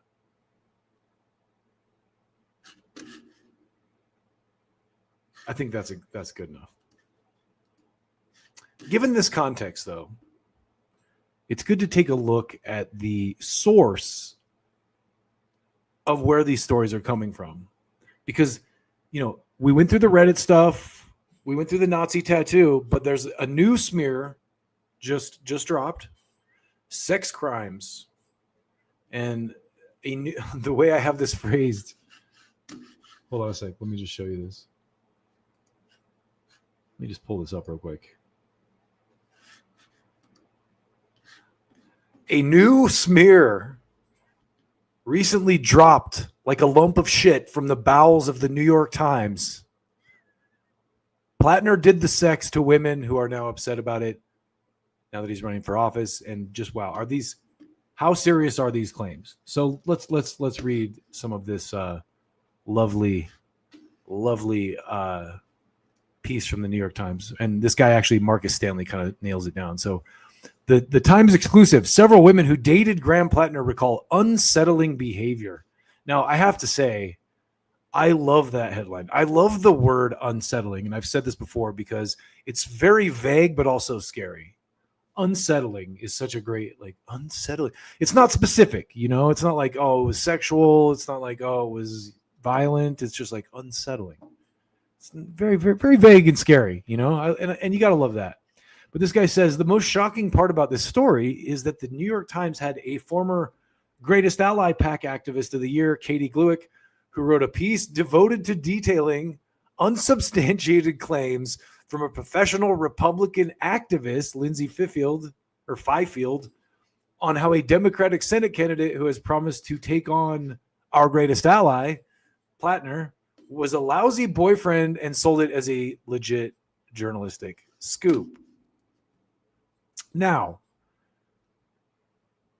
as Marcus kind of points out here, the lady who wrote this story, based on the footage we just saw of Mr. Platner kind of speaking his mind about the situation and things, and it might be we just saw what happened to Thomas Massey, okay? So how can you not look at this and go, okay, you know, I smell a rat. And not in the way you're thinking, not in a trope or whatever. that's a figure of speech that, I mean, like, this seems manufactured. Okay, so to be a little more clear about that, don't press the report me button, or do. I don't care. Fuck, at this point, what's it gonna matter? Anyway, gotta love the New York Times, don't you? What's even better is about this too is now all the like MAGA people who hated the New York Times 5 minutes ago are like hanging on this every word, like, because they're the establishment now, and of course it's working in their favor. So I want to show you, just to give you an example. Check this out. This is the GOP operative who the NYT used as their primary Platner source without being able to corroborate her claims. And this is a tweet she made. Serious question: what would go in a Palestinian museum? What are their accomplishments, inventions, or notable figures apart from terrorists and bombs made from water pipes that our greatest ally gave them to pipe in free water for their people? Don't you think that's a good question? And I retweeted this with the caption, Democrats, this lady is fire, NGL, because a lot of dumb fucks were saying that about Hunter Biden all week. Jesus Christ. Hunter Biden's fire, NGL. Hunter Biden really impressed me with his rawness on social media, NGL. Anyway. The evidence here, in my opinion, does not point to the accusations being made against this man as being accurate. Like, again, if all they got is a tattoo of a skull and crossbones that's associated to the Third Reich, that the guy claims he was drunk in the army and didn't know he was in Croatia, which I don't know about the landscaping Croatia, but Eastern Europe definitely has a little bit of a leaning towards that direction just because of the way that their societies have been destabilized for so long, for the last several years. But, this is just an example of who this lady is. Clearly, person of high intellect and moral standards making these accusations that the New York Times is using to smear this guy, who also happens to have views that aren't very popular, like a certain congressman named Thomas Massey who just got primaried in Kentucky by a lot of money. So there's that. And this is kind of full circle where it came around for me, because this is the piece of breaking news I was commenting on that got me into trouble when Democratic Senate came to the time speaking with Nazi six skull and women crossbones. who I was have unaware. dated Platner. So- Now, 3 of them described him as a caring partner, but 3 of them described volatile and toxic relationships, Okay, including allegations. so right out the gate there, I love what she said. She's like, now 3 of them described him as a caring partner. But 3 of them said, this guy is a Nazi racist who wants to make sure that the Jews all go away forever. That's what this guy really wants. And we at CNN are going to focus on those 3 for obvious reasons. Let's go, kids. Of infidelity, demeaning behavior toward women, heavy drinking, and in one account, physical intimidation. Lindsay Fifield, who dated Platner for about I got to 2 or 3 say, years. that's very unsettling. This sounds unsettling. 2013 to 2015. Look, they got it in quotes at the bar. Platner grabbed her by the shoulders regularly, sometimes hard enough to leave marks. She also described an argument with Platner where he twisted her arm behind her back, shoving her into a bedroom and holding the door closed so she couldn't get out. Again, that's her account. He strongly disputes the claims. His campaign saying the most serious allegations are false and politically motivated. So I want to go to our K-File, Andrew Kaczynski, who's done extensive reporting on This guy's legit. He used to work at BuzzFeed. Platner, and of course spoken to him. And K-File, alongside these new allegations, I know that you also have new reporting about this tattoo we've heard a lot about, right? Specifically this Nazi tattoo.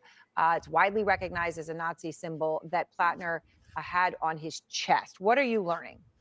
Well, Aaron. So that's the one that I got in trouble over. I don't know if you can see that there. To me, I just thought, hey, that's a skull and crossbones. I had no idea that was actually a Nazi symbol until Grok corrected me, which I just showed you. So I totally buy that he he didn't know that it was a Nazi symbol. Like it looks like a skull and crossbones. It's not the typical pirate one, but And what we're learning tonight is that a woman who spoke to CNN anonymously last year is now going public to the New York Times and CNN and directly challenging Graham Platner's explanation about the tattoo. She says Platner referred to the image as my Totenkopf. That's a reference to the skull and crossbone emblem. So now what they're doing is they're tying this tattoo back to this woman who was an operative of our greatest ally, who's saying that he knew about it.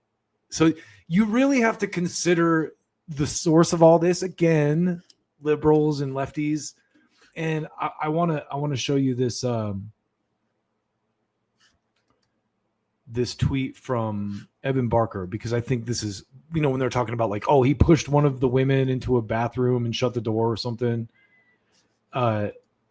This is, I think, so on point. This is like what a sensible human being or a sensible woman who's like been in a relationship that she isn't in currently would say. Every man out there, if they're being honest, is reading this Graham Platner story and thinking, gee, what would happen if the biggest newspaper in the country interviewed all my exes and asked them about our drunken fights? That's why this story ultimately won't land. It won't end Platner's campaign. And again, it's like people have already proven that this stuff doesn't matter unless it's very serious. That's why Donald Trump is president. Bill Clinton was the fucking president, you idiots. I think it was Matt Stoller who was like something. He said something about JFK. He's like, oh, like liberals who love JFK, they don't support infidelity. That's a red line for them. It's like, dude, come on. Let's be real here, you morons. So I just want to say, overall, in my personal opinion, the evidence does not point to Graham Platner being some kind of, Nazi. And, any normal person can relate to the sentiment that Evan has here, where it's like, if you're my age, you've been in a couple of relationships that went south or didn't work out. Your partner was just fucking crazy and there was drama, and everyone's been through that. It happens. Like if you're running for office too, it's like, to me, it just humanizes the guy more. And I think the way he handled it was good too. He's like, no one wants to hear about gossip. People are like, yeah, I'm not perfect, but I'm trying to be a better person, whatever. Like people respect that a lot. And again, these legacy media people, this used to work. So they're going to keep trying it. They're like, well, this used to work. Remember Howard Dean? Remember your boy Howard Dean, how brutally he was thrown out of the Democratic race just for making a funny noise? Where is it? I have it in here somewhere. Where's the Howard Dean growl? This ended his campaign. That sound. That's how powerful the legacy media used to be. They could just start like making fun of you for doing something like in unison, and that's it. Like this, listen, that totally tanked his campaign because he was pro healthcare initially. Now he works for the fucking lobby or something. If you can't beat him, join him type thing. But so just to kind of wrap this up here, this is why I understand a lot of my lefty friends' kind of hesitation with Graham Platner, because you have people like Emma Vigeland here backing him. And I'm not a fan of Emma Vigeland by any stretch, or her Stan Cedar, her buddy. But she's making a good point here. She's pointing out how these ladies, the ones who are now saying his Totenkopf thing is he knew about it, the ones who lied about all these accusations with this guy, they're hypocrites. Look at what she says here. So she says, it gets more insane. This right-wing smear campaign, New York Post, Inez Stepman and Lindsay Fifield are two millennial women who co-founded the group Ladies for Kavanaugh to show their support for the nominee. Their pro-Kavanaugh group was formed on their own time. And, my response to her is right here in the peripheral. Lefties realizing the Democratic Party is a right-wing organization was not on my 2026 bingo card. Of course, I'm being facetious. She's not actually noticing that, but you get the idea. again, it's like this is who the people spreading this stuff are, and you can't really take it serious. And a lot of lefties are buying these manufactured smears, but a lot aren't. And I do think there's definitely like kind of a gag reflex, if you will, kind of a like, fuck that guy, he's a Democrat, which I understand. And I would say I look at this guy as like the Thomas Massey situation of the left or the Democrats, right? Like it's one of those things where the forces aligned against him are far worse than any of the people on his side, I think.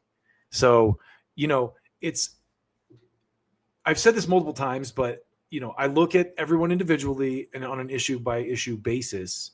And like, what are the other options in this race too? You have to think about that pragmatically. Like, is there an independent who's better than him? If that's the case, point that out to me and I'm on your team. But as someone who's like kind of pragmatic, and it's like, look, this guy has the kind of views that I would want to see in the government. I'm not from Maine, so I don't get a chance to vote for it. But again, he's the topic du jour for a reason.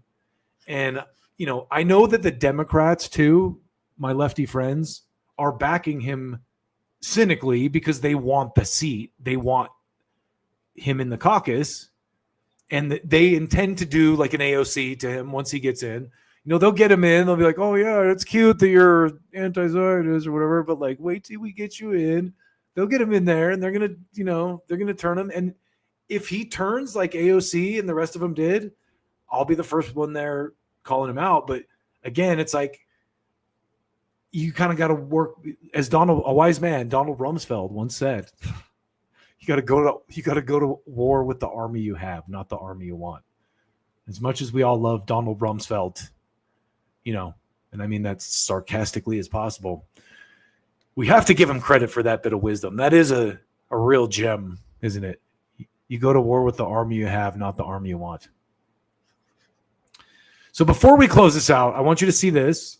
One more little bit for you, just to kind of give you one more piece of evidence here as to what I'm talking about.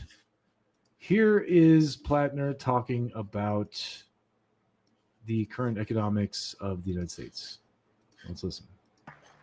I believe that in our country, the voices of working people are far more important than the voices of those who simply have money. I believe that we should not be settling for scraps that they throw to us from the table where they dine with the Epstein class. Yo, shout out to Max Blumenthal for coining that term, the Epstein class, because he did. Like, that's Max Blumenthal's language right there.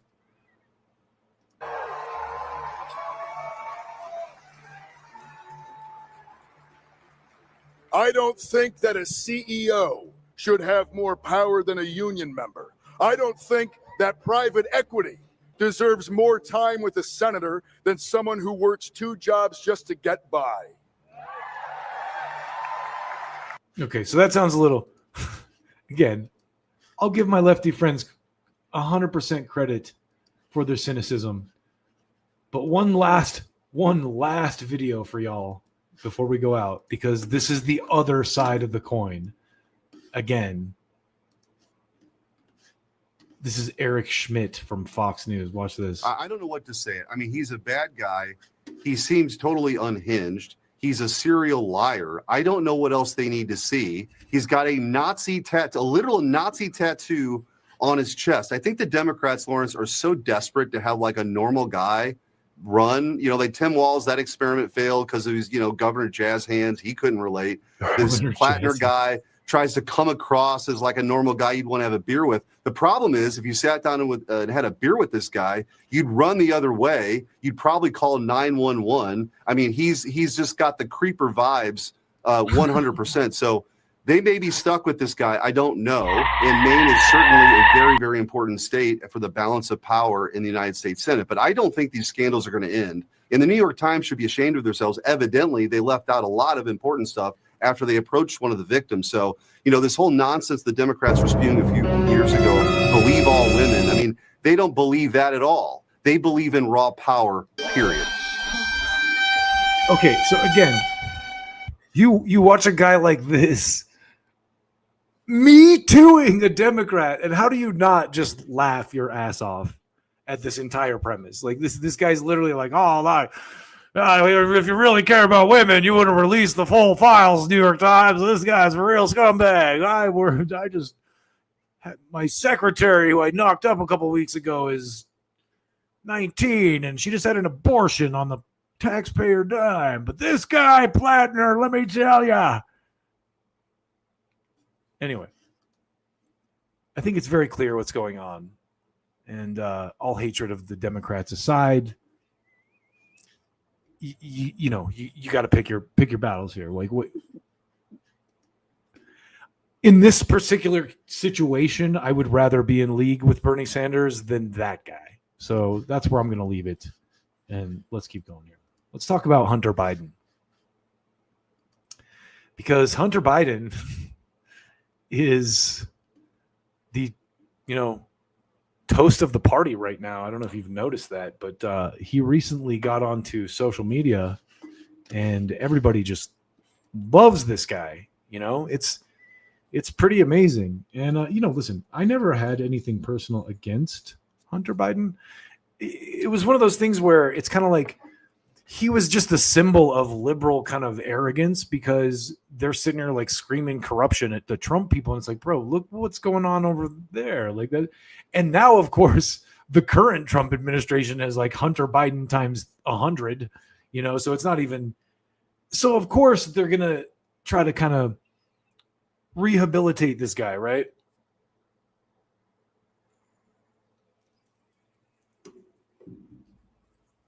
Does it look super raw when I light my shit with a candle? Also sarcasm. But back to Hunter Biden here. I don't have any problem with him outside of him being a privileged drug addict who can publicly do that shit and avoid jail thanks to his well-connected parents. But that aside, he seems like a decent guy, I guess, And when I was searching for Hunter Biden photos in Google, it was very interesting to me because, when you do the Google image search, it's usually pretty fair. It'll give you like the good and the bad and the ugly. And in this case, like all the photos were just like him in a tie looking dapper, like, hey, I'm Hunter Biden. No mug shots, no crack pipe photos, none of the like leaked stuff from the laptop. So there's definitely some kind of an image rehabilitation operation occurring here. So I want to show you, to kick this thing off, basically another one of my banger tweets here. It's definitely suspicious how many clowns are tweeting things like, wow, Hunter Biden's the man on Twitter. How does he just show up and do this so good?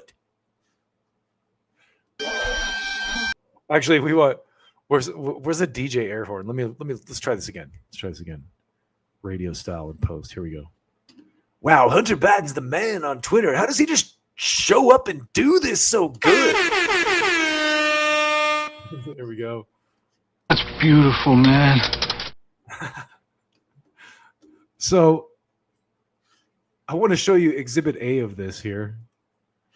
And props to my boy Post Duopolis here, who's been, my feed would just be him responding to people like this. And there's plenty of examples. I pulled a couple of them. So this guy's like, if you think I'm trashing MAGA, whatever that is now, I'm really sorry. I know for certain there are millions of Americans who voted for Donald Trump that love this country and love their neighbors and love their families and struggle and succeed and fail just like me and you. Very good. I mean, if Hunter's writing this stuff, good for him. I definitely see the appeal. But then this guy's like, if you want an interesting human account to engage with, try this one, dumbass. Exhibit B. Let's keep moving here. We're been on for a long time now. Damn it, I have to follow Hunter Biden, keeping it real. I think he got a shot in the future. Moron. And he keeps posting this. We live in a nation loaded with narcissists, psychopaths, egomaniacs, liars, simpletons, sheep, sycophants, hero worshippers, cultists, dupes, pawns, megalomaniacs, grifters, and unserious clowns. It's why we can't have nice things. It's very true. And here's a whole list of these ops in real time for you.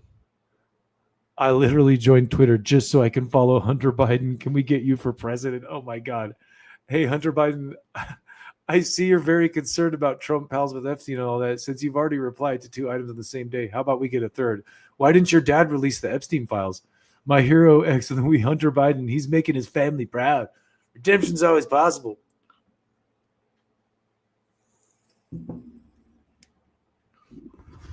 He's not a follower. He's a real leader, like his dad.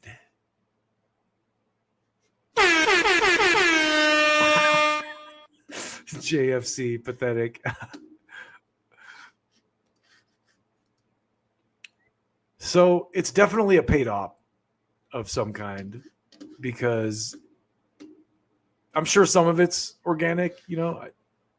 Liberals are pretty dumb, but this girl gets it, so it's obvious to a lot of people. She says, Hunter Biden suddenly exploding on X feels like a massive psyop. You think? Yes, definitely a massive psyop.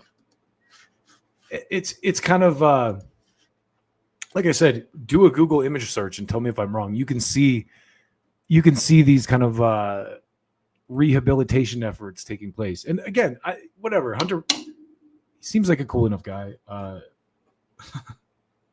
I think that the reality is that political dynasties in America are not the way. The reason that Trump became a thing is because people didn't want Bush or Clinton or any of the same, because the same has not worked out well. That's why Obama won. Everyone, I remember it so well because everyone was behind Hillary Clinton. The conservatives especially wanted Hillary Clinton. They wanted that contest for a long time. To the point where my Republican friend would be like, dude, Hillary Clinton's totally the Democrat nominee. I'm like, no, she's not. No, she's not. Democrats don't like her as much as they want to believe you.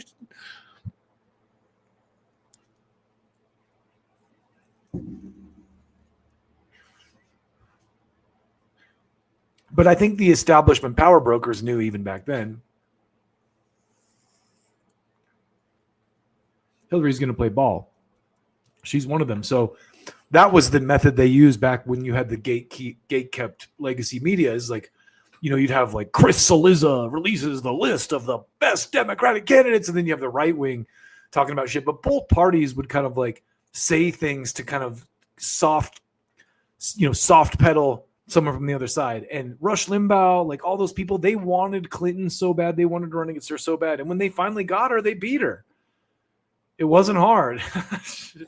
And then what did she do? She accused Russia, and the rest is history. So speaking of fakes and liars and people who are legitimate heroes, let's talk about Christian Smalls. I feel like every once in a while the Democrats like to come out and just remind us of how terrible they are. And this is one of those times when they're doing that, And what's great about this is a lot of it is the supposed like socialist, hobnobby, like NPR, I'm a communist left. The extreme left, extreme.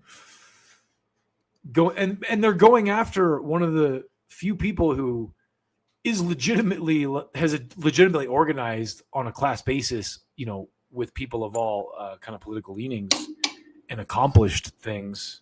And, if anyone has progressive bona fides, whatever that means, it's this guy right here in the kafia.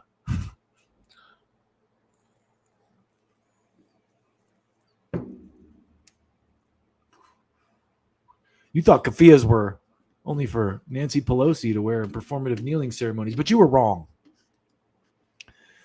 I got this photo from the Freedom Flotilla website, and I think that kind of tells you all you need to know about this dude and how legitimate he actually is, and everything about his personal motivation, because anyone that's doing something like that is putting their body and their life at risk, as we've seen.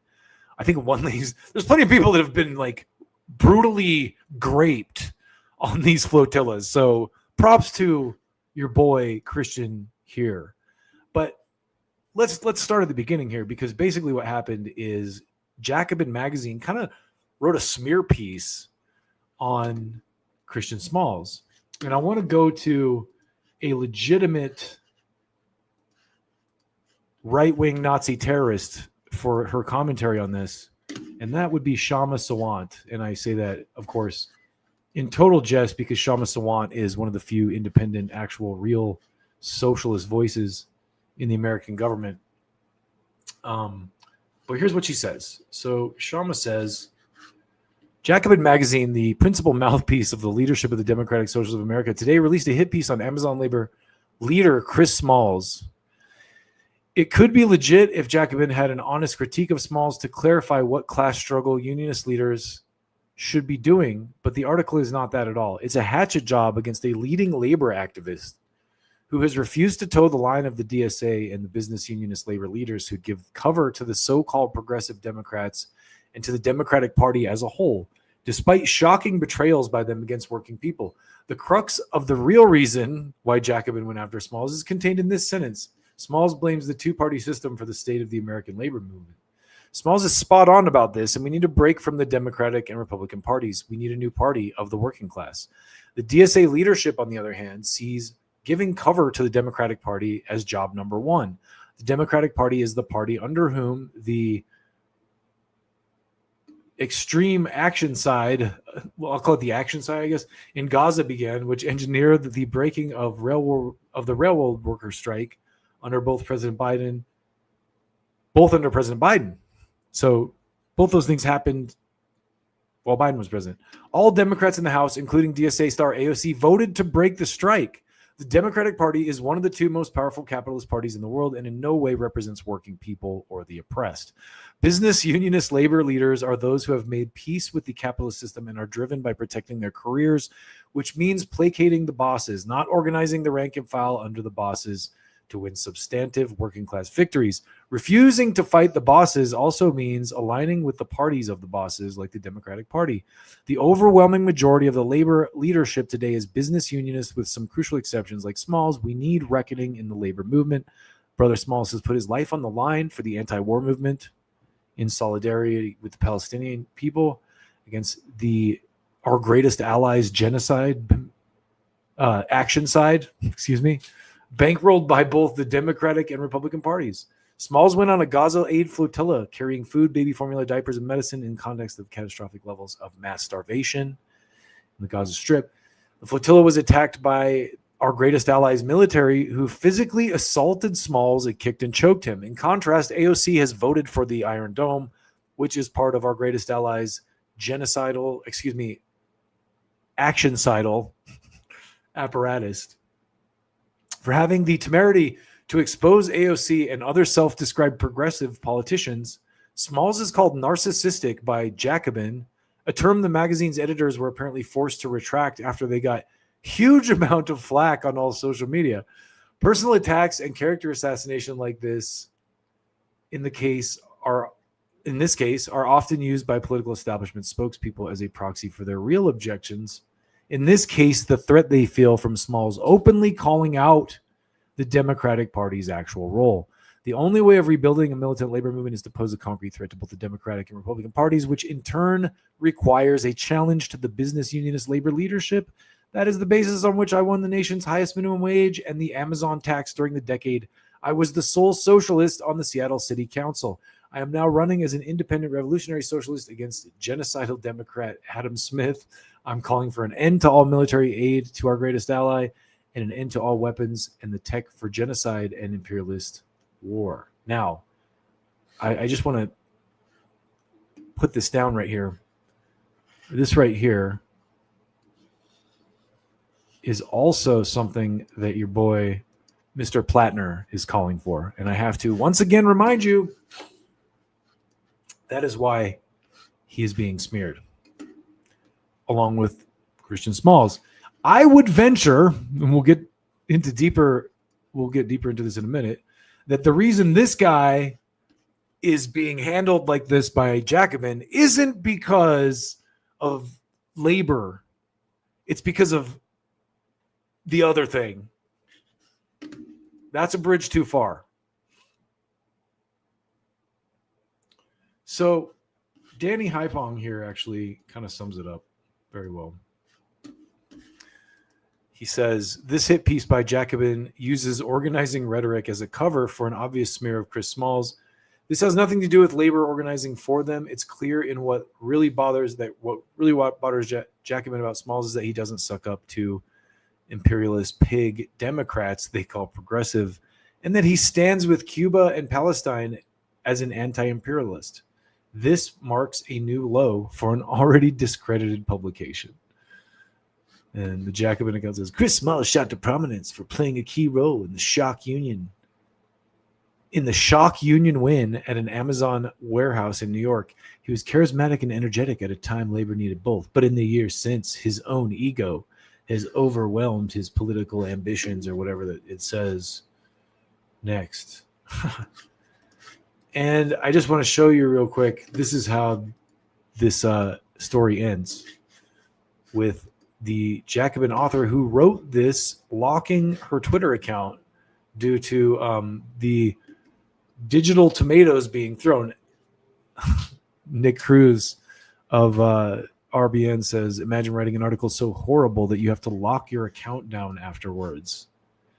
Folks, this is why Podcastistan, I should have called this episode Podcastistan, to be honest. I might have to change the caption on this, but Podcastistan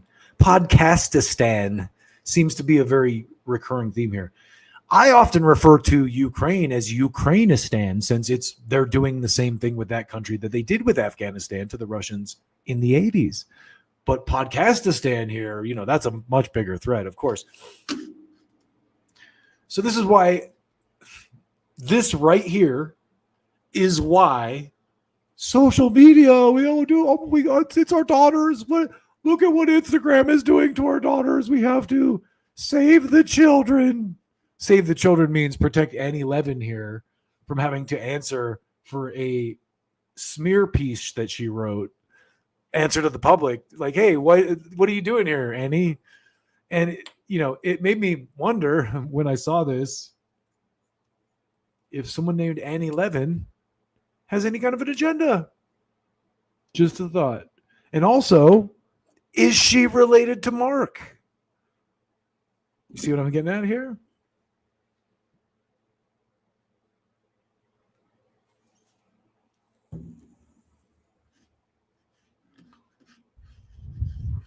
Now, unfortunately, I didn't dig into Annie's,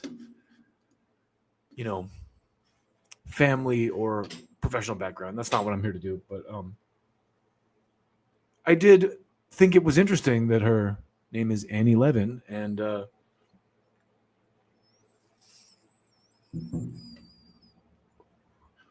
another very popular Levin has a direct influence on the president. So maybe someone in the comments has more info on that. I don't know. Moving on.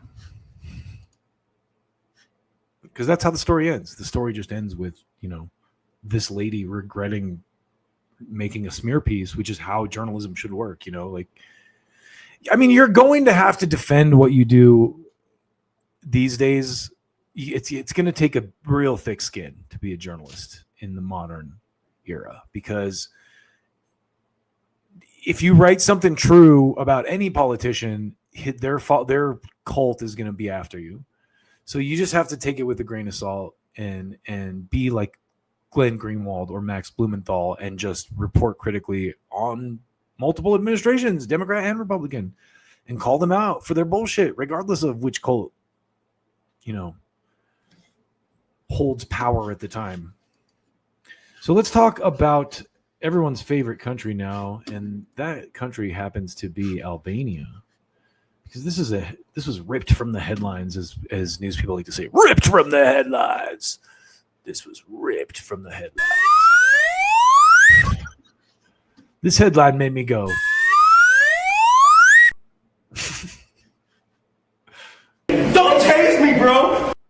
Anyway, why a luxury resort plan by Trump's son-in-law sparked mass protests in Albania. The good people of Albania recently revolted against a land grab by the Kushners. And I call them the Kushners, even though I'm guessing Jared Kushner took his wife's name. He's going to be Jared Trump now. Isn't that how it works? Regardless of what your gender is, once you marry into that family, you have to take their name regardless. Anyway.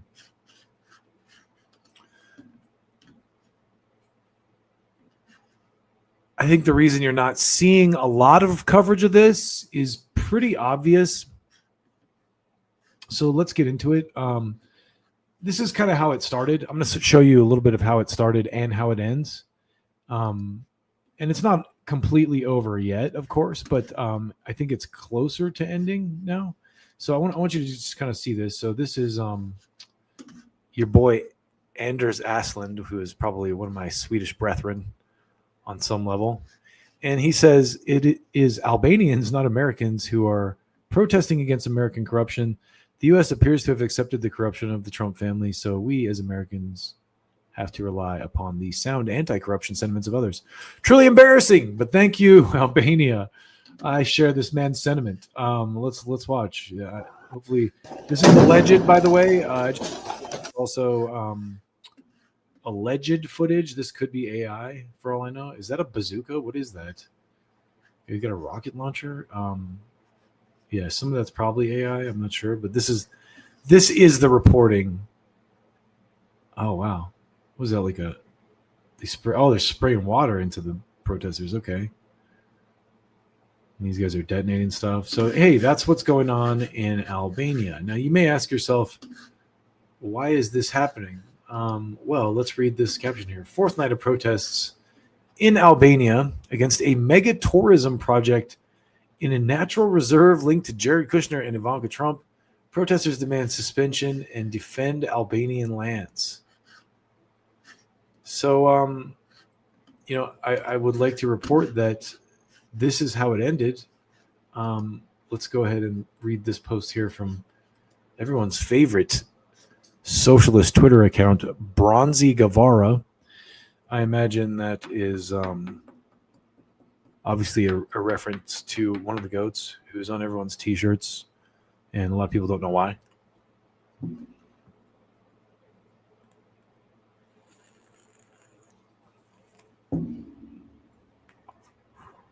Light my candle, 'cause I need to smoke my things.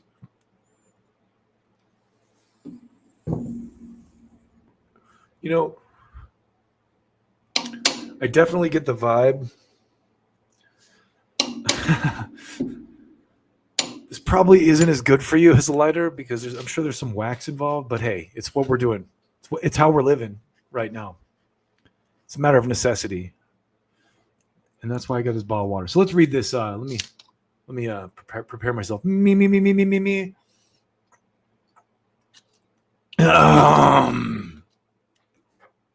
You got mail, baby, yeah. All right, here we go. Albania. Where you at, Albania?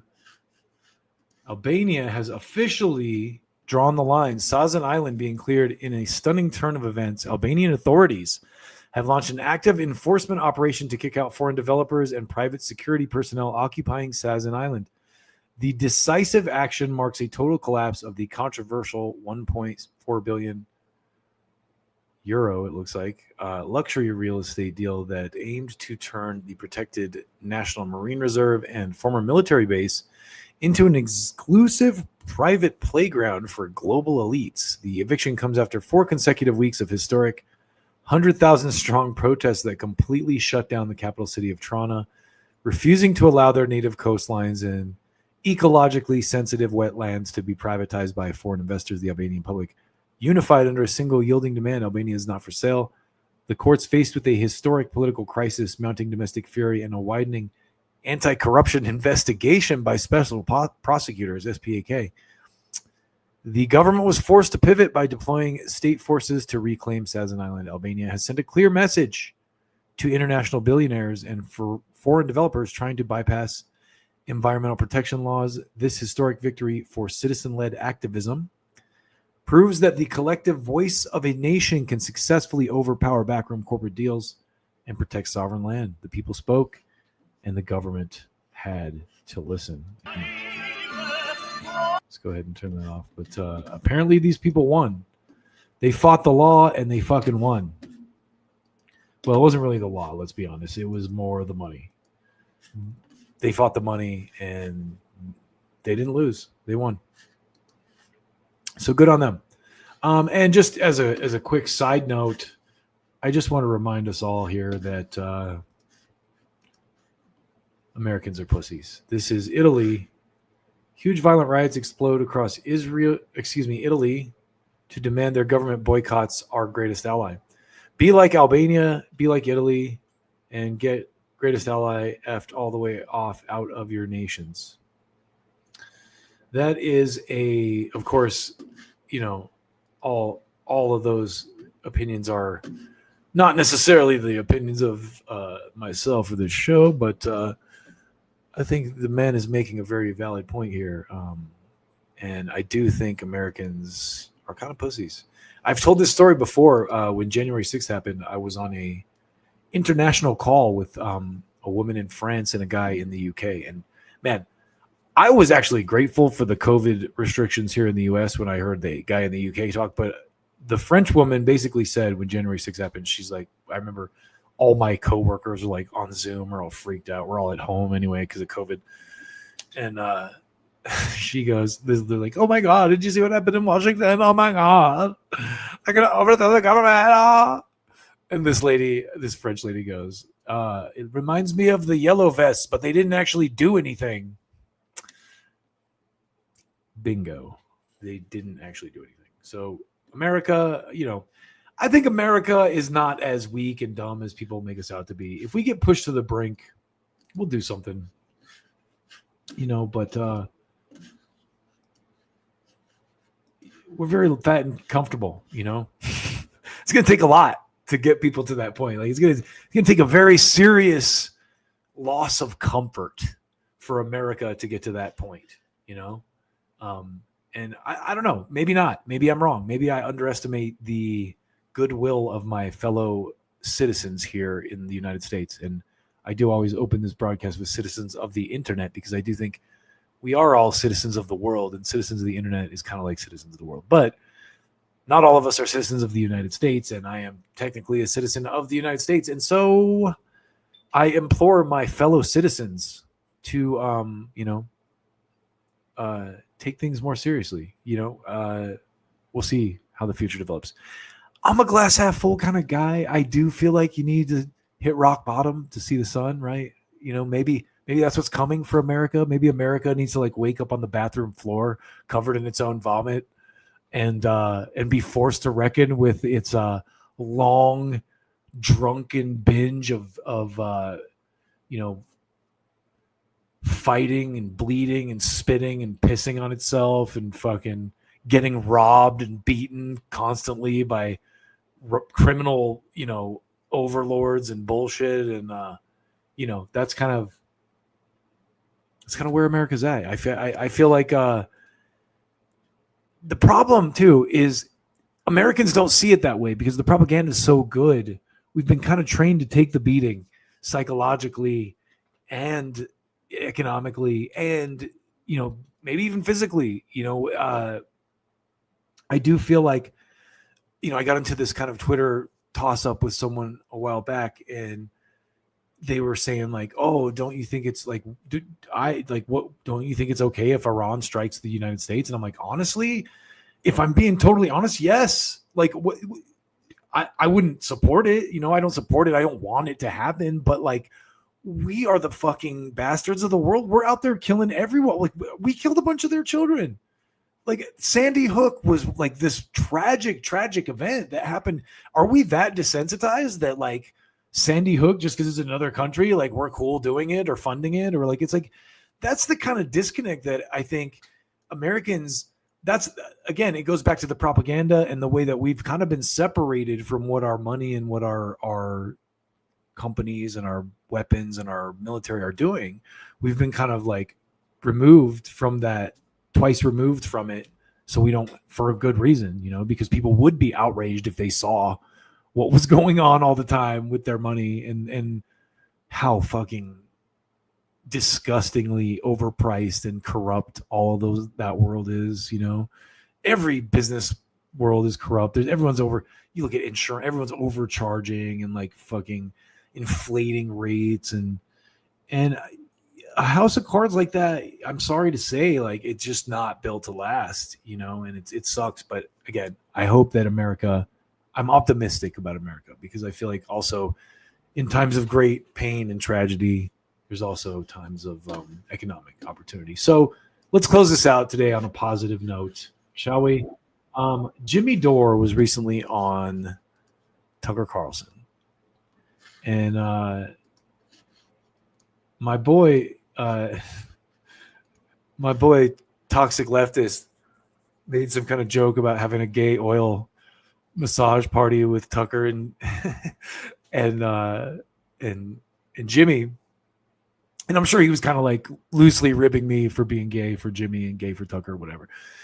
And that's understandable. But it got me thinking about, like, you know, why do I gravitate to these people? And I think in the case of someone like Jimmy, it's like Jimmy's been correct about everything for a long time. He's been nailing it. And in the cases where he's not, he's been open to be like, hey, look, I was wrong about this or whatever. And so there's that aspect of it. But also I think like the broader appeal of people like Tucker and Jimmy and Joe Rogan even is that it's clear that they're seeking truth. Even if Tucker has some takes I don't necessarily agree with, like as far as like immigration is concerned and certain things that I think maybe he's a little misled on, that's stuff that I would debate him on, and I think he would gladly openly debate me on that stuff. And so I think it's like, again, it's I'm gay for these people, to use a term, you know, because they're good people. They're genuinely, you get Candace Owens, same thing. It's like you get that vibe from her that, you know, even if if you're not on the same page with her, like she's out there seeking truth. She seems like a good person, even if she's a Fed, guys. Maybe she's a Fed, they're Democrat. I saw Dan Cohen trying to say Candace. That's another day, a story for another day. I saw Dan Cohen trying to say that Candace Owens is a Democratic operative because she worked for some Democrat guy as a teenager or whatever. It was an interesting story. I mean, I'm sure it's worth looking into. I do think you know, some of that stuff's a little manufactured for obvious reasons, but I think what I wanted to talk about the most, because Jimmy, for the most part in this, you know, I love Jimmy Dore and I watch his show regularly and listen to him and follow him on Twitter. And so I know his kind of spiel. I just saw him live doing comedy recently, so I got to know what he's going to talk about. But the one thing I think I found the most interesting about this conversation was when they talked about Carl Jung. So I'm going to play a little bit of that. And because I think this was like, and I gotta say, you know, if I have any constructive criticism of Jimmy, and I'm sure he could have plenty of constructive criticism of me, because I'm, you know, but sometimes I feel like he gets going, and I'm like, Jimmy, slow down just a little bit, you know, like he gets excited, and he's like, and then this, and he's like jumping from subject to subject, and I think it's like it loses some people that might otherwise kind of be into his message, I think. But that's my only real criticism of Jimmy. And again, it's like, you know, does it really matter what I fucking think? No. But you know, if Jimmy's watching, and I think sometimes he does catch my show, like that's one thing I would say to you, Jimmy. I know you're an honest dude. I know you would appreciate that constructive criticism that, like, you know, sometimes when I see on Rogan and stuff, it's when I see him on Rogan, I'm kind of like, yo, Jimmy, like you're on the right track here, but you're kind of jumping around, and it's like, just slow down. Like there's a point in the Tucker interview where Tucker's trying to ask him a question and he like keeps going. And I was like, whoa, like, but I say that just to praise Jimmy, because the whole interview is great. You know, it's a great interview, but the part that stuck out to me the most was the part where they talk about Carl Jung.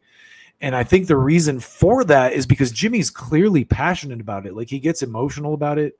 And also, Tucker really shines as an interview because he kind of digs and like asks these good questions. But let's play just a little bit of this, and like you should obviously watch the whole interview, but let's play just a little bit of some of the stuff Jimmy said. Direct connection to the divine. I've had numinous experiences, and what's a numinous experience? A numinous, it's like a sacred spiritual happening that kind of happens to you against your own will, and it takes you over, right? And that's I've experienced that. Like when I quit smoking pot, people are like, "Why'd you quit smoking pot?" I'm like, I don't know. I felt like there was some outside force telling me to do it, and it was hard. So people who say that marijuana isn't addictive, it is. I was at least 6 months before I could sleep, and it was horrible. I was in bad shape, and I just knew I got to say, Jimmy, if you're listening, cardio exercise. I know you're not gonna be out jogging tomorrow or anything if you don't do that, but like I have to say, especially if you don't smoke pot, like, man, good exercise. You'll sleep good after you do some real exercise, like physically break a sweat, And I really do believe, to everyone, I'll shut up after this, but like exercise is the fountain of youth. It really is. I tell this to my kids all the time: choose your pain, or your pain will choose you. It's like exercise your legs, exercise your arms. Like people that sit all the time, it's like our lifestyle is convenience. We sit all the time. It wasn't until it got rid of my back problems, like all kinds of stuff. Skin problems are tied to the exercise thing. So if I can give you a pro tip, Jimmy, on the no pot smoking, trying to sleep, you're probably fine now, but still I would highly recommend adding the exercise component. I had to quit. How did you know?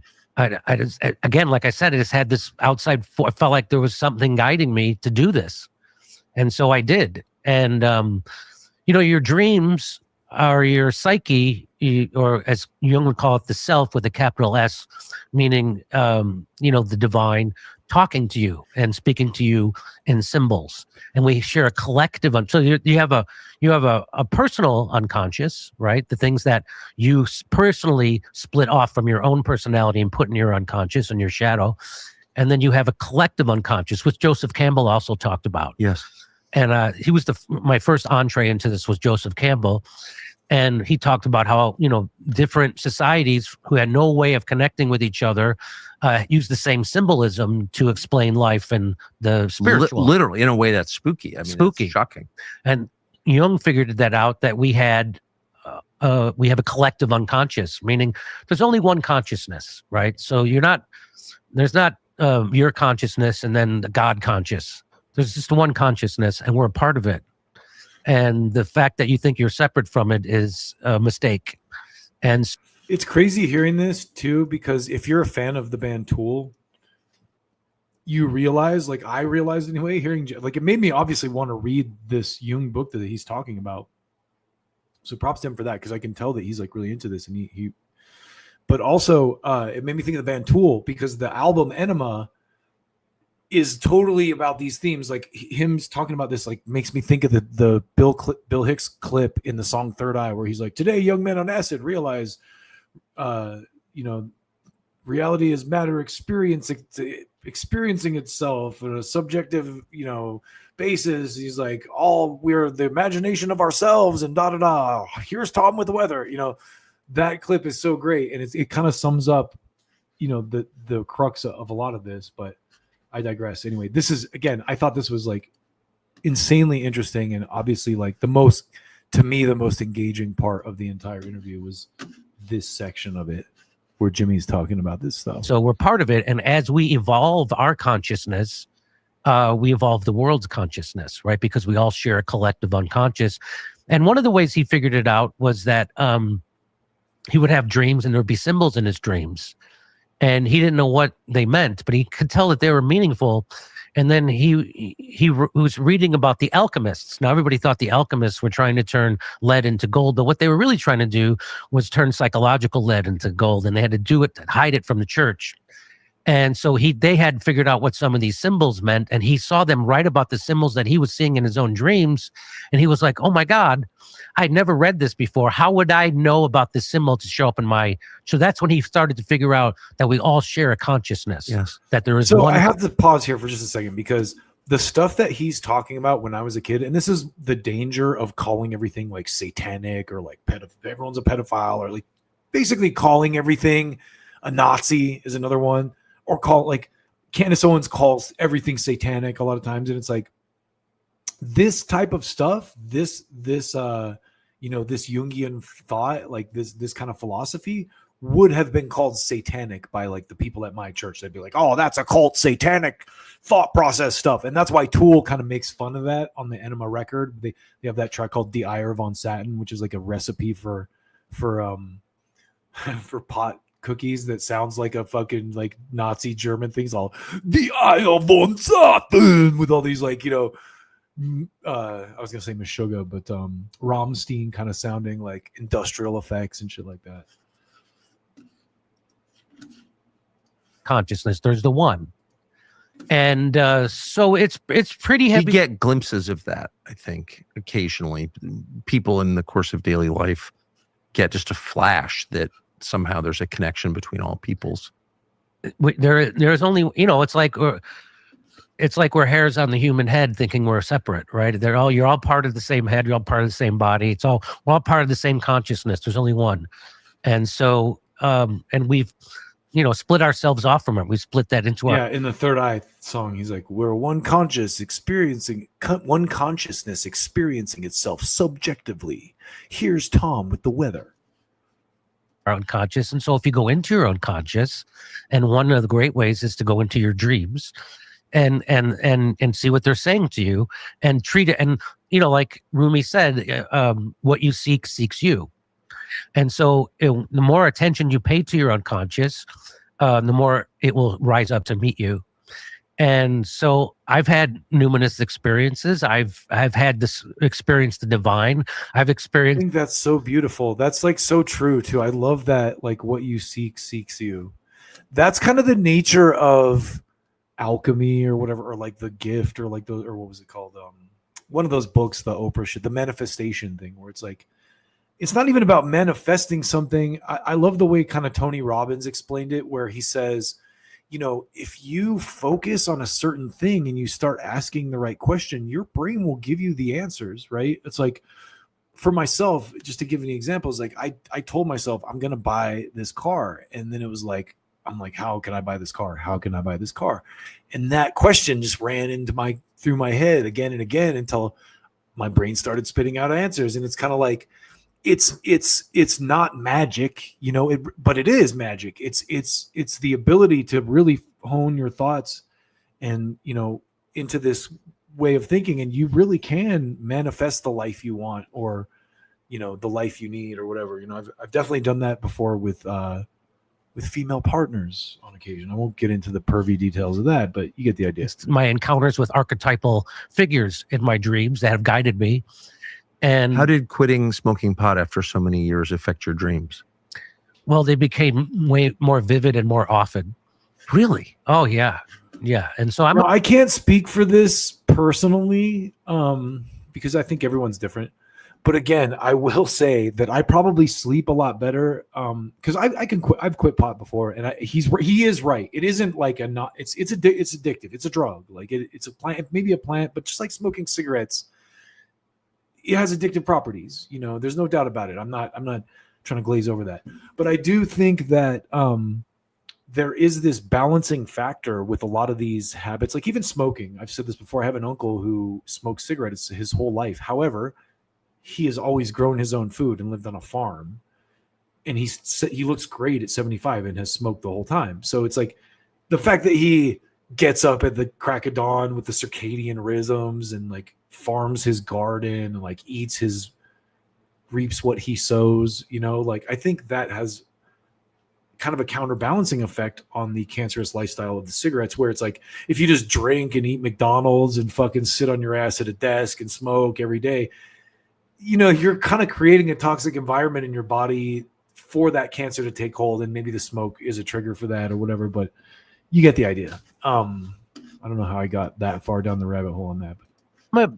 I speak with a Jungian psychoanalyst once a week, and he used to be the head of the Jung Center in Los Angeles, and he's remarked to me, often that you're one of the most prolific dreamers that I've ever encountered.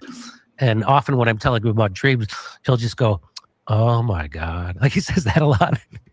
And so one of the things I will say about the dreams thing, and whether you're a pot smoker or not, Henry Rollins, who definitely has some brunch Libby takes these days, but I still love him as a writer and everything. He has a book called Black Coffee Blues, which is like kind of like dream journals. And because of him, I kept a dream journal for a while. And I think the thing with dreams is it's not that you don't have them when you're smoking pot, it's that you forget them. So the best thing to do if you want to remember and interpret your dreams is keep a notepad, or, I don't recommend you sleep with your phone next to you because of the radiation. You should probably avoid that while you're sleeping, but keep some, maybe a tape recorder or something next to your bed. So when you wake up and you vividly remember the dream, you can record it. And I did that for a while, and I got some real. There's dreams that I remember that there's no way I would have remembered had I not written them down. So I think that's a big part of it too. Is if you really are into that and you want to document your dreams, like keep a notepad. You'll be surprised what kind of shit you come up with, or your brain tells you. So it's been a real awakening, and I realized that I'm not separate from the divine. I realize that I'm not this body. That I have an eternal soul, and even though this body dies, that I don't die. That death is not the opposite of life. Death is the opposite of birth. Life has no opposite. And this is like the Lateralis record. Like he already did the Anima record, but if you're a Tool fan, this body holding me. And it's like that's where Jimmy's on the ladder. Jimmy, if you're watching this and you've never listened to Tool, I don't know if you'd like Tool. But the Lateralis record, I think you would, because it's more light and progressive. The Anima record is more heavy, kind of dark, but still great. Bill Hicks sample in Third Eye. But Lateralis, I think, is a lot of Tool fans' least favorite album. But, it has some jams on it. I really like some of the jams. Anyway, I'll shut up. I'm sorry. Just all this Jungian talk is making me think of Tool, because that's a lot of Maynard's lyrical content is Carl Jung driven. Opposite. It's eternal. And so once you realize that, it changes a lot of things. Like what?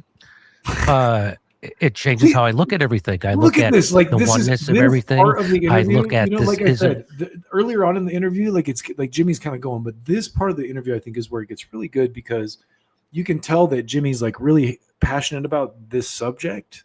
And Tucker is really good at prodding him. Like what? He's like what? Sorry, let me go back a little bit. Dreams, he'll just go, oh my God. Like he says that a lot. And so it's been a real awakening. And I realized that I'm not separate from the divine. I realize that I'm not this body, that I have an eternal soul. And even though this body dies, that I don't die. That death is not the opposite of life. Death is the opposite of birth. Life has no opposite. It's eternal.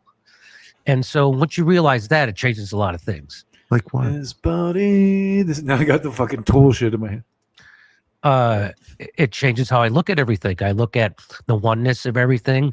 I look at this isn't permanent.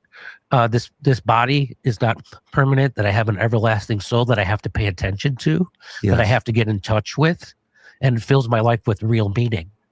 And, part of it too is... This is your most radical position of all the radical things you've said since we sat down. This is the most counterculture thing you could say.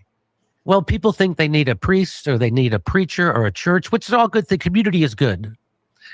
But you don't need them, because you already have a connection to the divine within you. And that's where you need to go.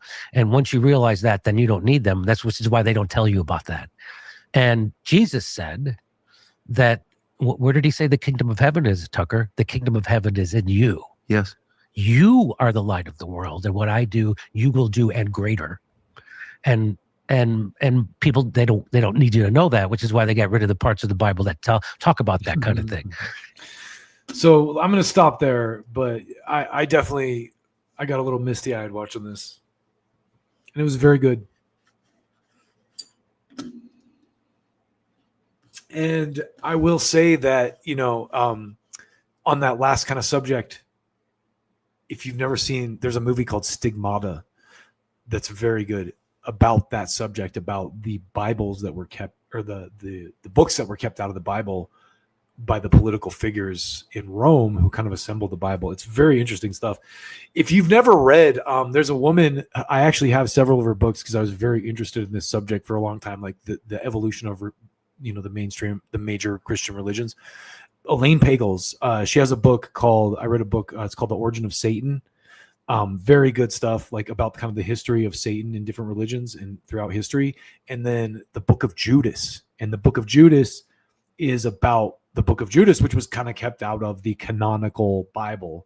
So what Jimmy's talking about there is absolutely, and the movie Stigmata, to come full circle, is about all that stuff. So anyway, God damn it, 2 hours and 40 minutes kind of just flew by talking about all this stuff. But thank you for jumping on with me as usual, people, and letting me rant at you.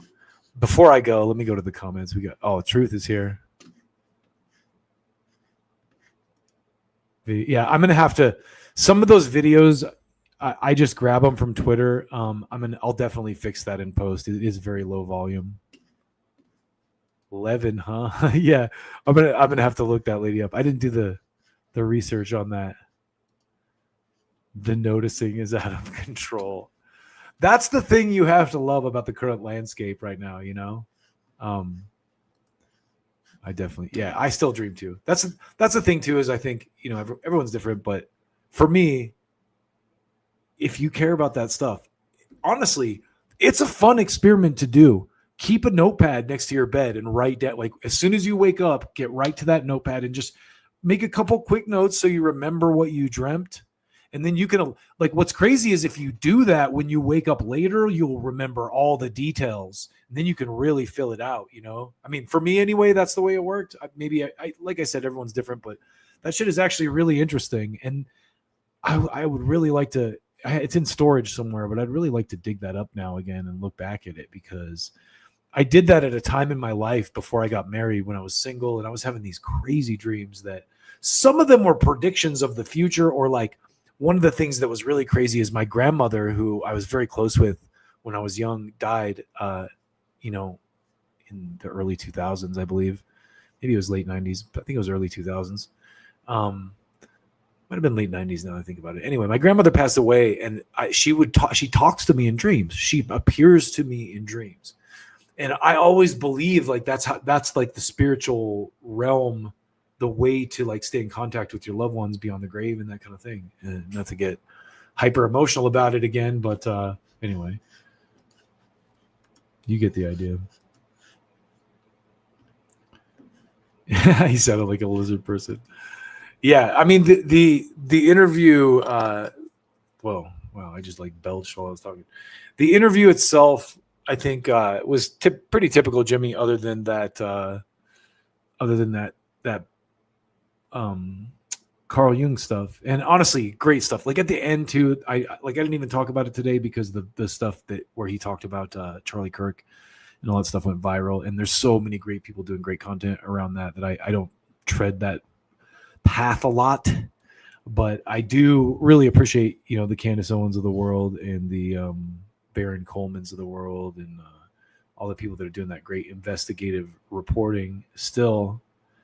And I think if you believe the Charlie Kirk official story at this point, like there's something definitely wrong with you. So anyway, I'm going to take you out today with just a replay of my beloved Trump colluded with Russia piece, since it is part of the conversation today. But I love and appreciate you guys so much. I have about a little over 700 subscribers right now, and each one of them is hard fought. I feel like the YouTube algorithm does not bless me often, but it also, I'm not going to sit here and act like, I don't have near the followers because that damn YouTube. There's plenty of people doing way more, what's the word, risky content than I am that have huge followings. So I know it's a lack of posts on my part, and it's a lack of kind of like engagement. So I need to engage more. And again, like I said, all 713 of you are very hard fought subscribers, and I fucking appreciate every one of you. Please, when you see my videos, watch them and comment and like them. And you know, I'm gonna keep this thing going. I'm not doing it for the money. It would be nice to be monetized, but I'm not.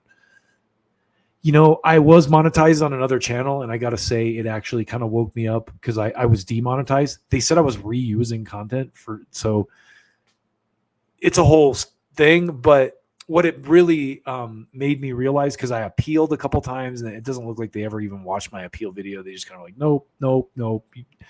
What it made me realize is you can't build your house on someone else's fucking property and not expect them to eventually just take it from you. You know, you have to diversify. You can't put all your eggs in one basket. So to my friends out there watching that, you know, also when you get to the size of someone like a Jimmy Dore or a Tucker Carlson, you wield a lot more leverage and probably have lawyers behind you. So it's a different ball game at that point, at that level. But I am definitely not at that level. I hope someday to be at that level. I hope someday people care enough about the things I'm saying or care enough to listen to me that I do have that type of audience. But I'm going to keep doing it regardless. So I thank you again for taking care of me. And please hit me up in the comments if there's anything that I got wrong or you felt like I missed, or anything you would like to see me talk about that I'm not maybe getting to, because there's so much stuff going on. It's tough to cover everything. I mean, God, I try to shoot for 2 hours, and this is almost 3 already. So thank you again. I'm going to take you out today with Matt Taibbi's collusion video, Trump colluded with Russia, David Corn edition. And we will see you next week, and we'll see you out there on the internets. Peace, y'all. With Russia, hold on a second. I'm going to start this out. Here you go. Trump colluded with Russia. I wrote a book about it. Trump colluded with Russia. I wrote a book about it. Matt Taibbi is a bad person. Trump colluded with Russia. Trump colluded with Russia. Matt Taibbi is a bad person. I wrote a book about it. Matt Taibbi is bad. Jeff Girth. Trump colluded with Russia. I wrote a book about it. Trump colluded with Russia. I wrote a book about it. Matt Taibbi is a bad person. Trump colluded with Russia. Trump colluded with Russia. Matt Taibbi is a bad person. House. There's some whores in this house. There's some whores in this house. There's some whores in this house. Hold up. I said certified freak. 7 days of the week. Wet ass P word. Make that pullout game weak. Yeah, you effin' with some wet ass P word. Bring a bucket and a mop for this wet ass P word. Give me everything you got for this wet ass P word. Beat it up, N-word. Catch a charge. Extra large and extra hard. Put this P word right in your face. Swipe your nose like a credit card. Hop on top if I want to ride. I do a Kegel while it's inside. Spit in my mouth, look in my eyes. This P word is wet, come take a dive. And it gets significantly more vulgar. Like a lot more vulgar. Talk your S word, fight. Courage. Start bringing the ruckus on the Democratic Party. That is our job. New York Post had this alleged information and was trying to publish it without any corroboration, without any backup information. They were trying to publish it to Twitter. Twitter did not let them, and now they were upset. And we commissioned an independent forensic review to determine its authenticity. Senior investigative correspondent Catherine Harrods joins us now with what we found. Catherine, I'm very interested. Good morning. Good morning, Tony. These House Republican investigations are coming, and that could be a challenge for the White House as we head into 2023 and 2024. The laptop data we had analyzed showed no evidence it was faked or tampered with. The fact that President Trump incited an erection. His various cases of, he's got charges of inciting an erection. Donald John Trump incited the erection. They didn't like Donald Trump. They said he participated in an erection. I always call it massive. Sometimes they say huge.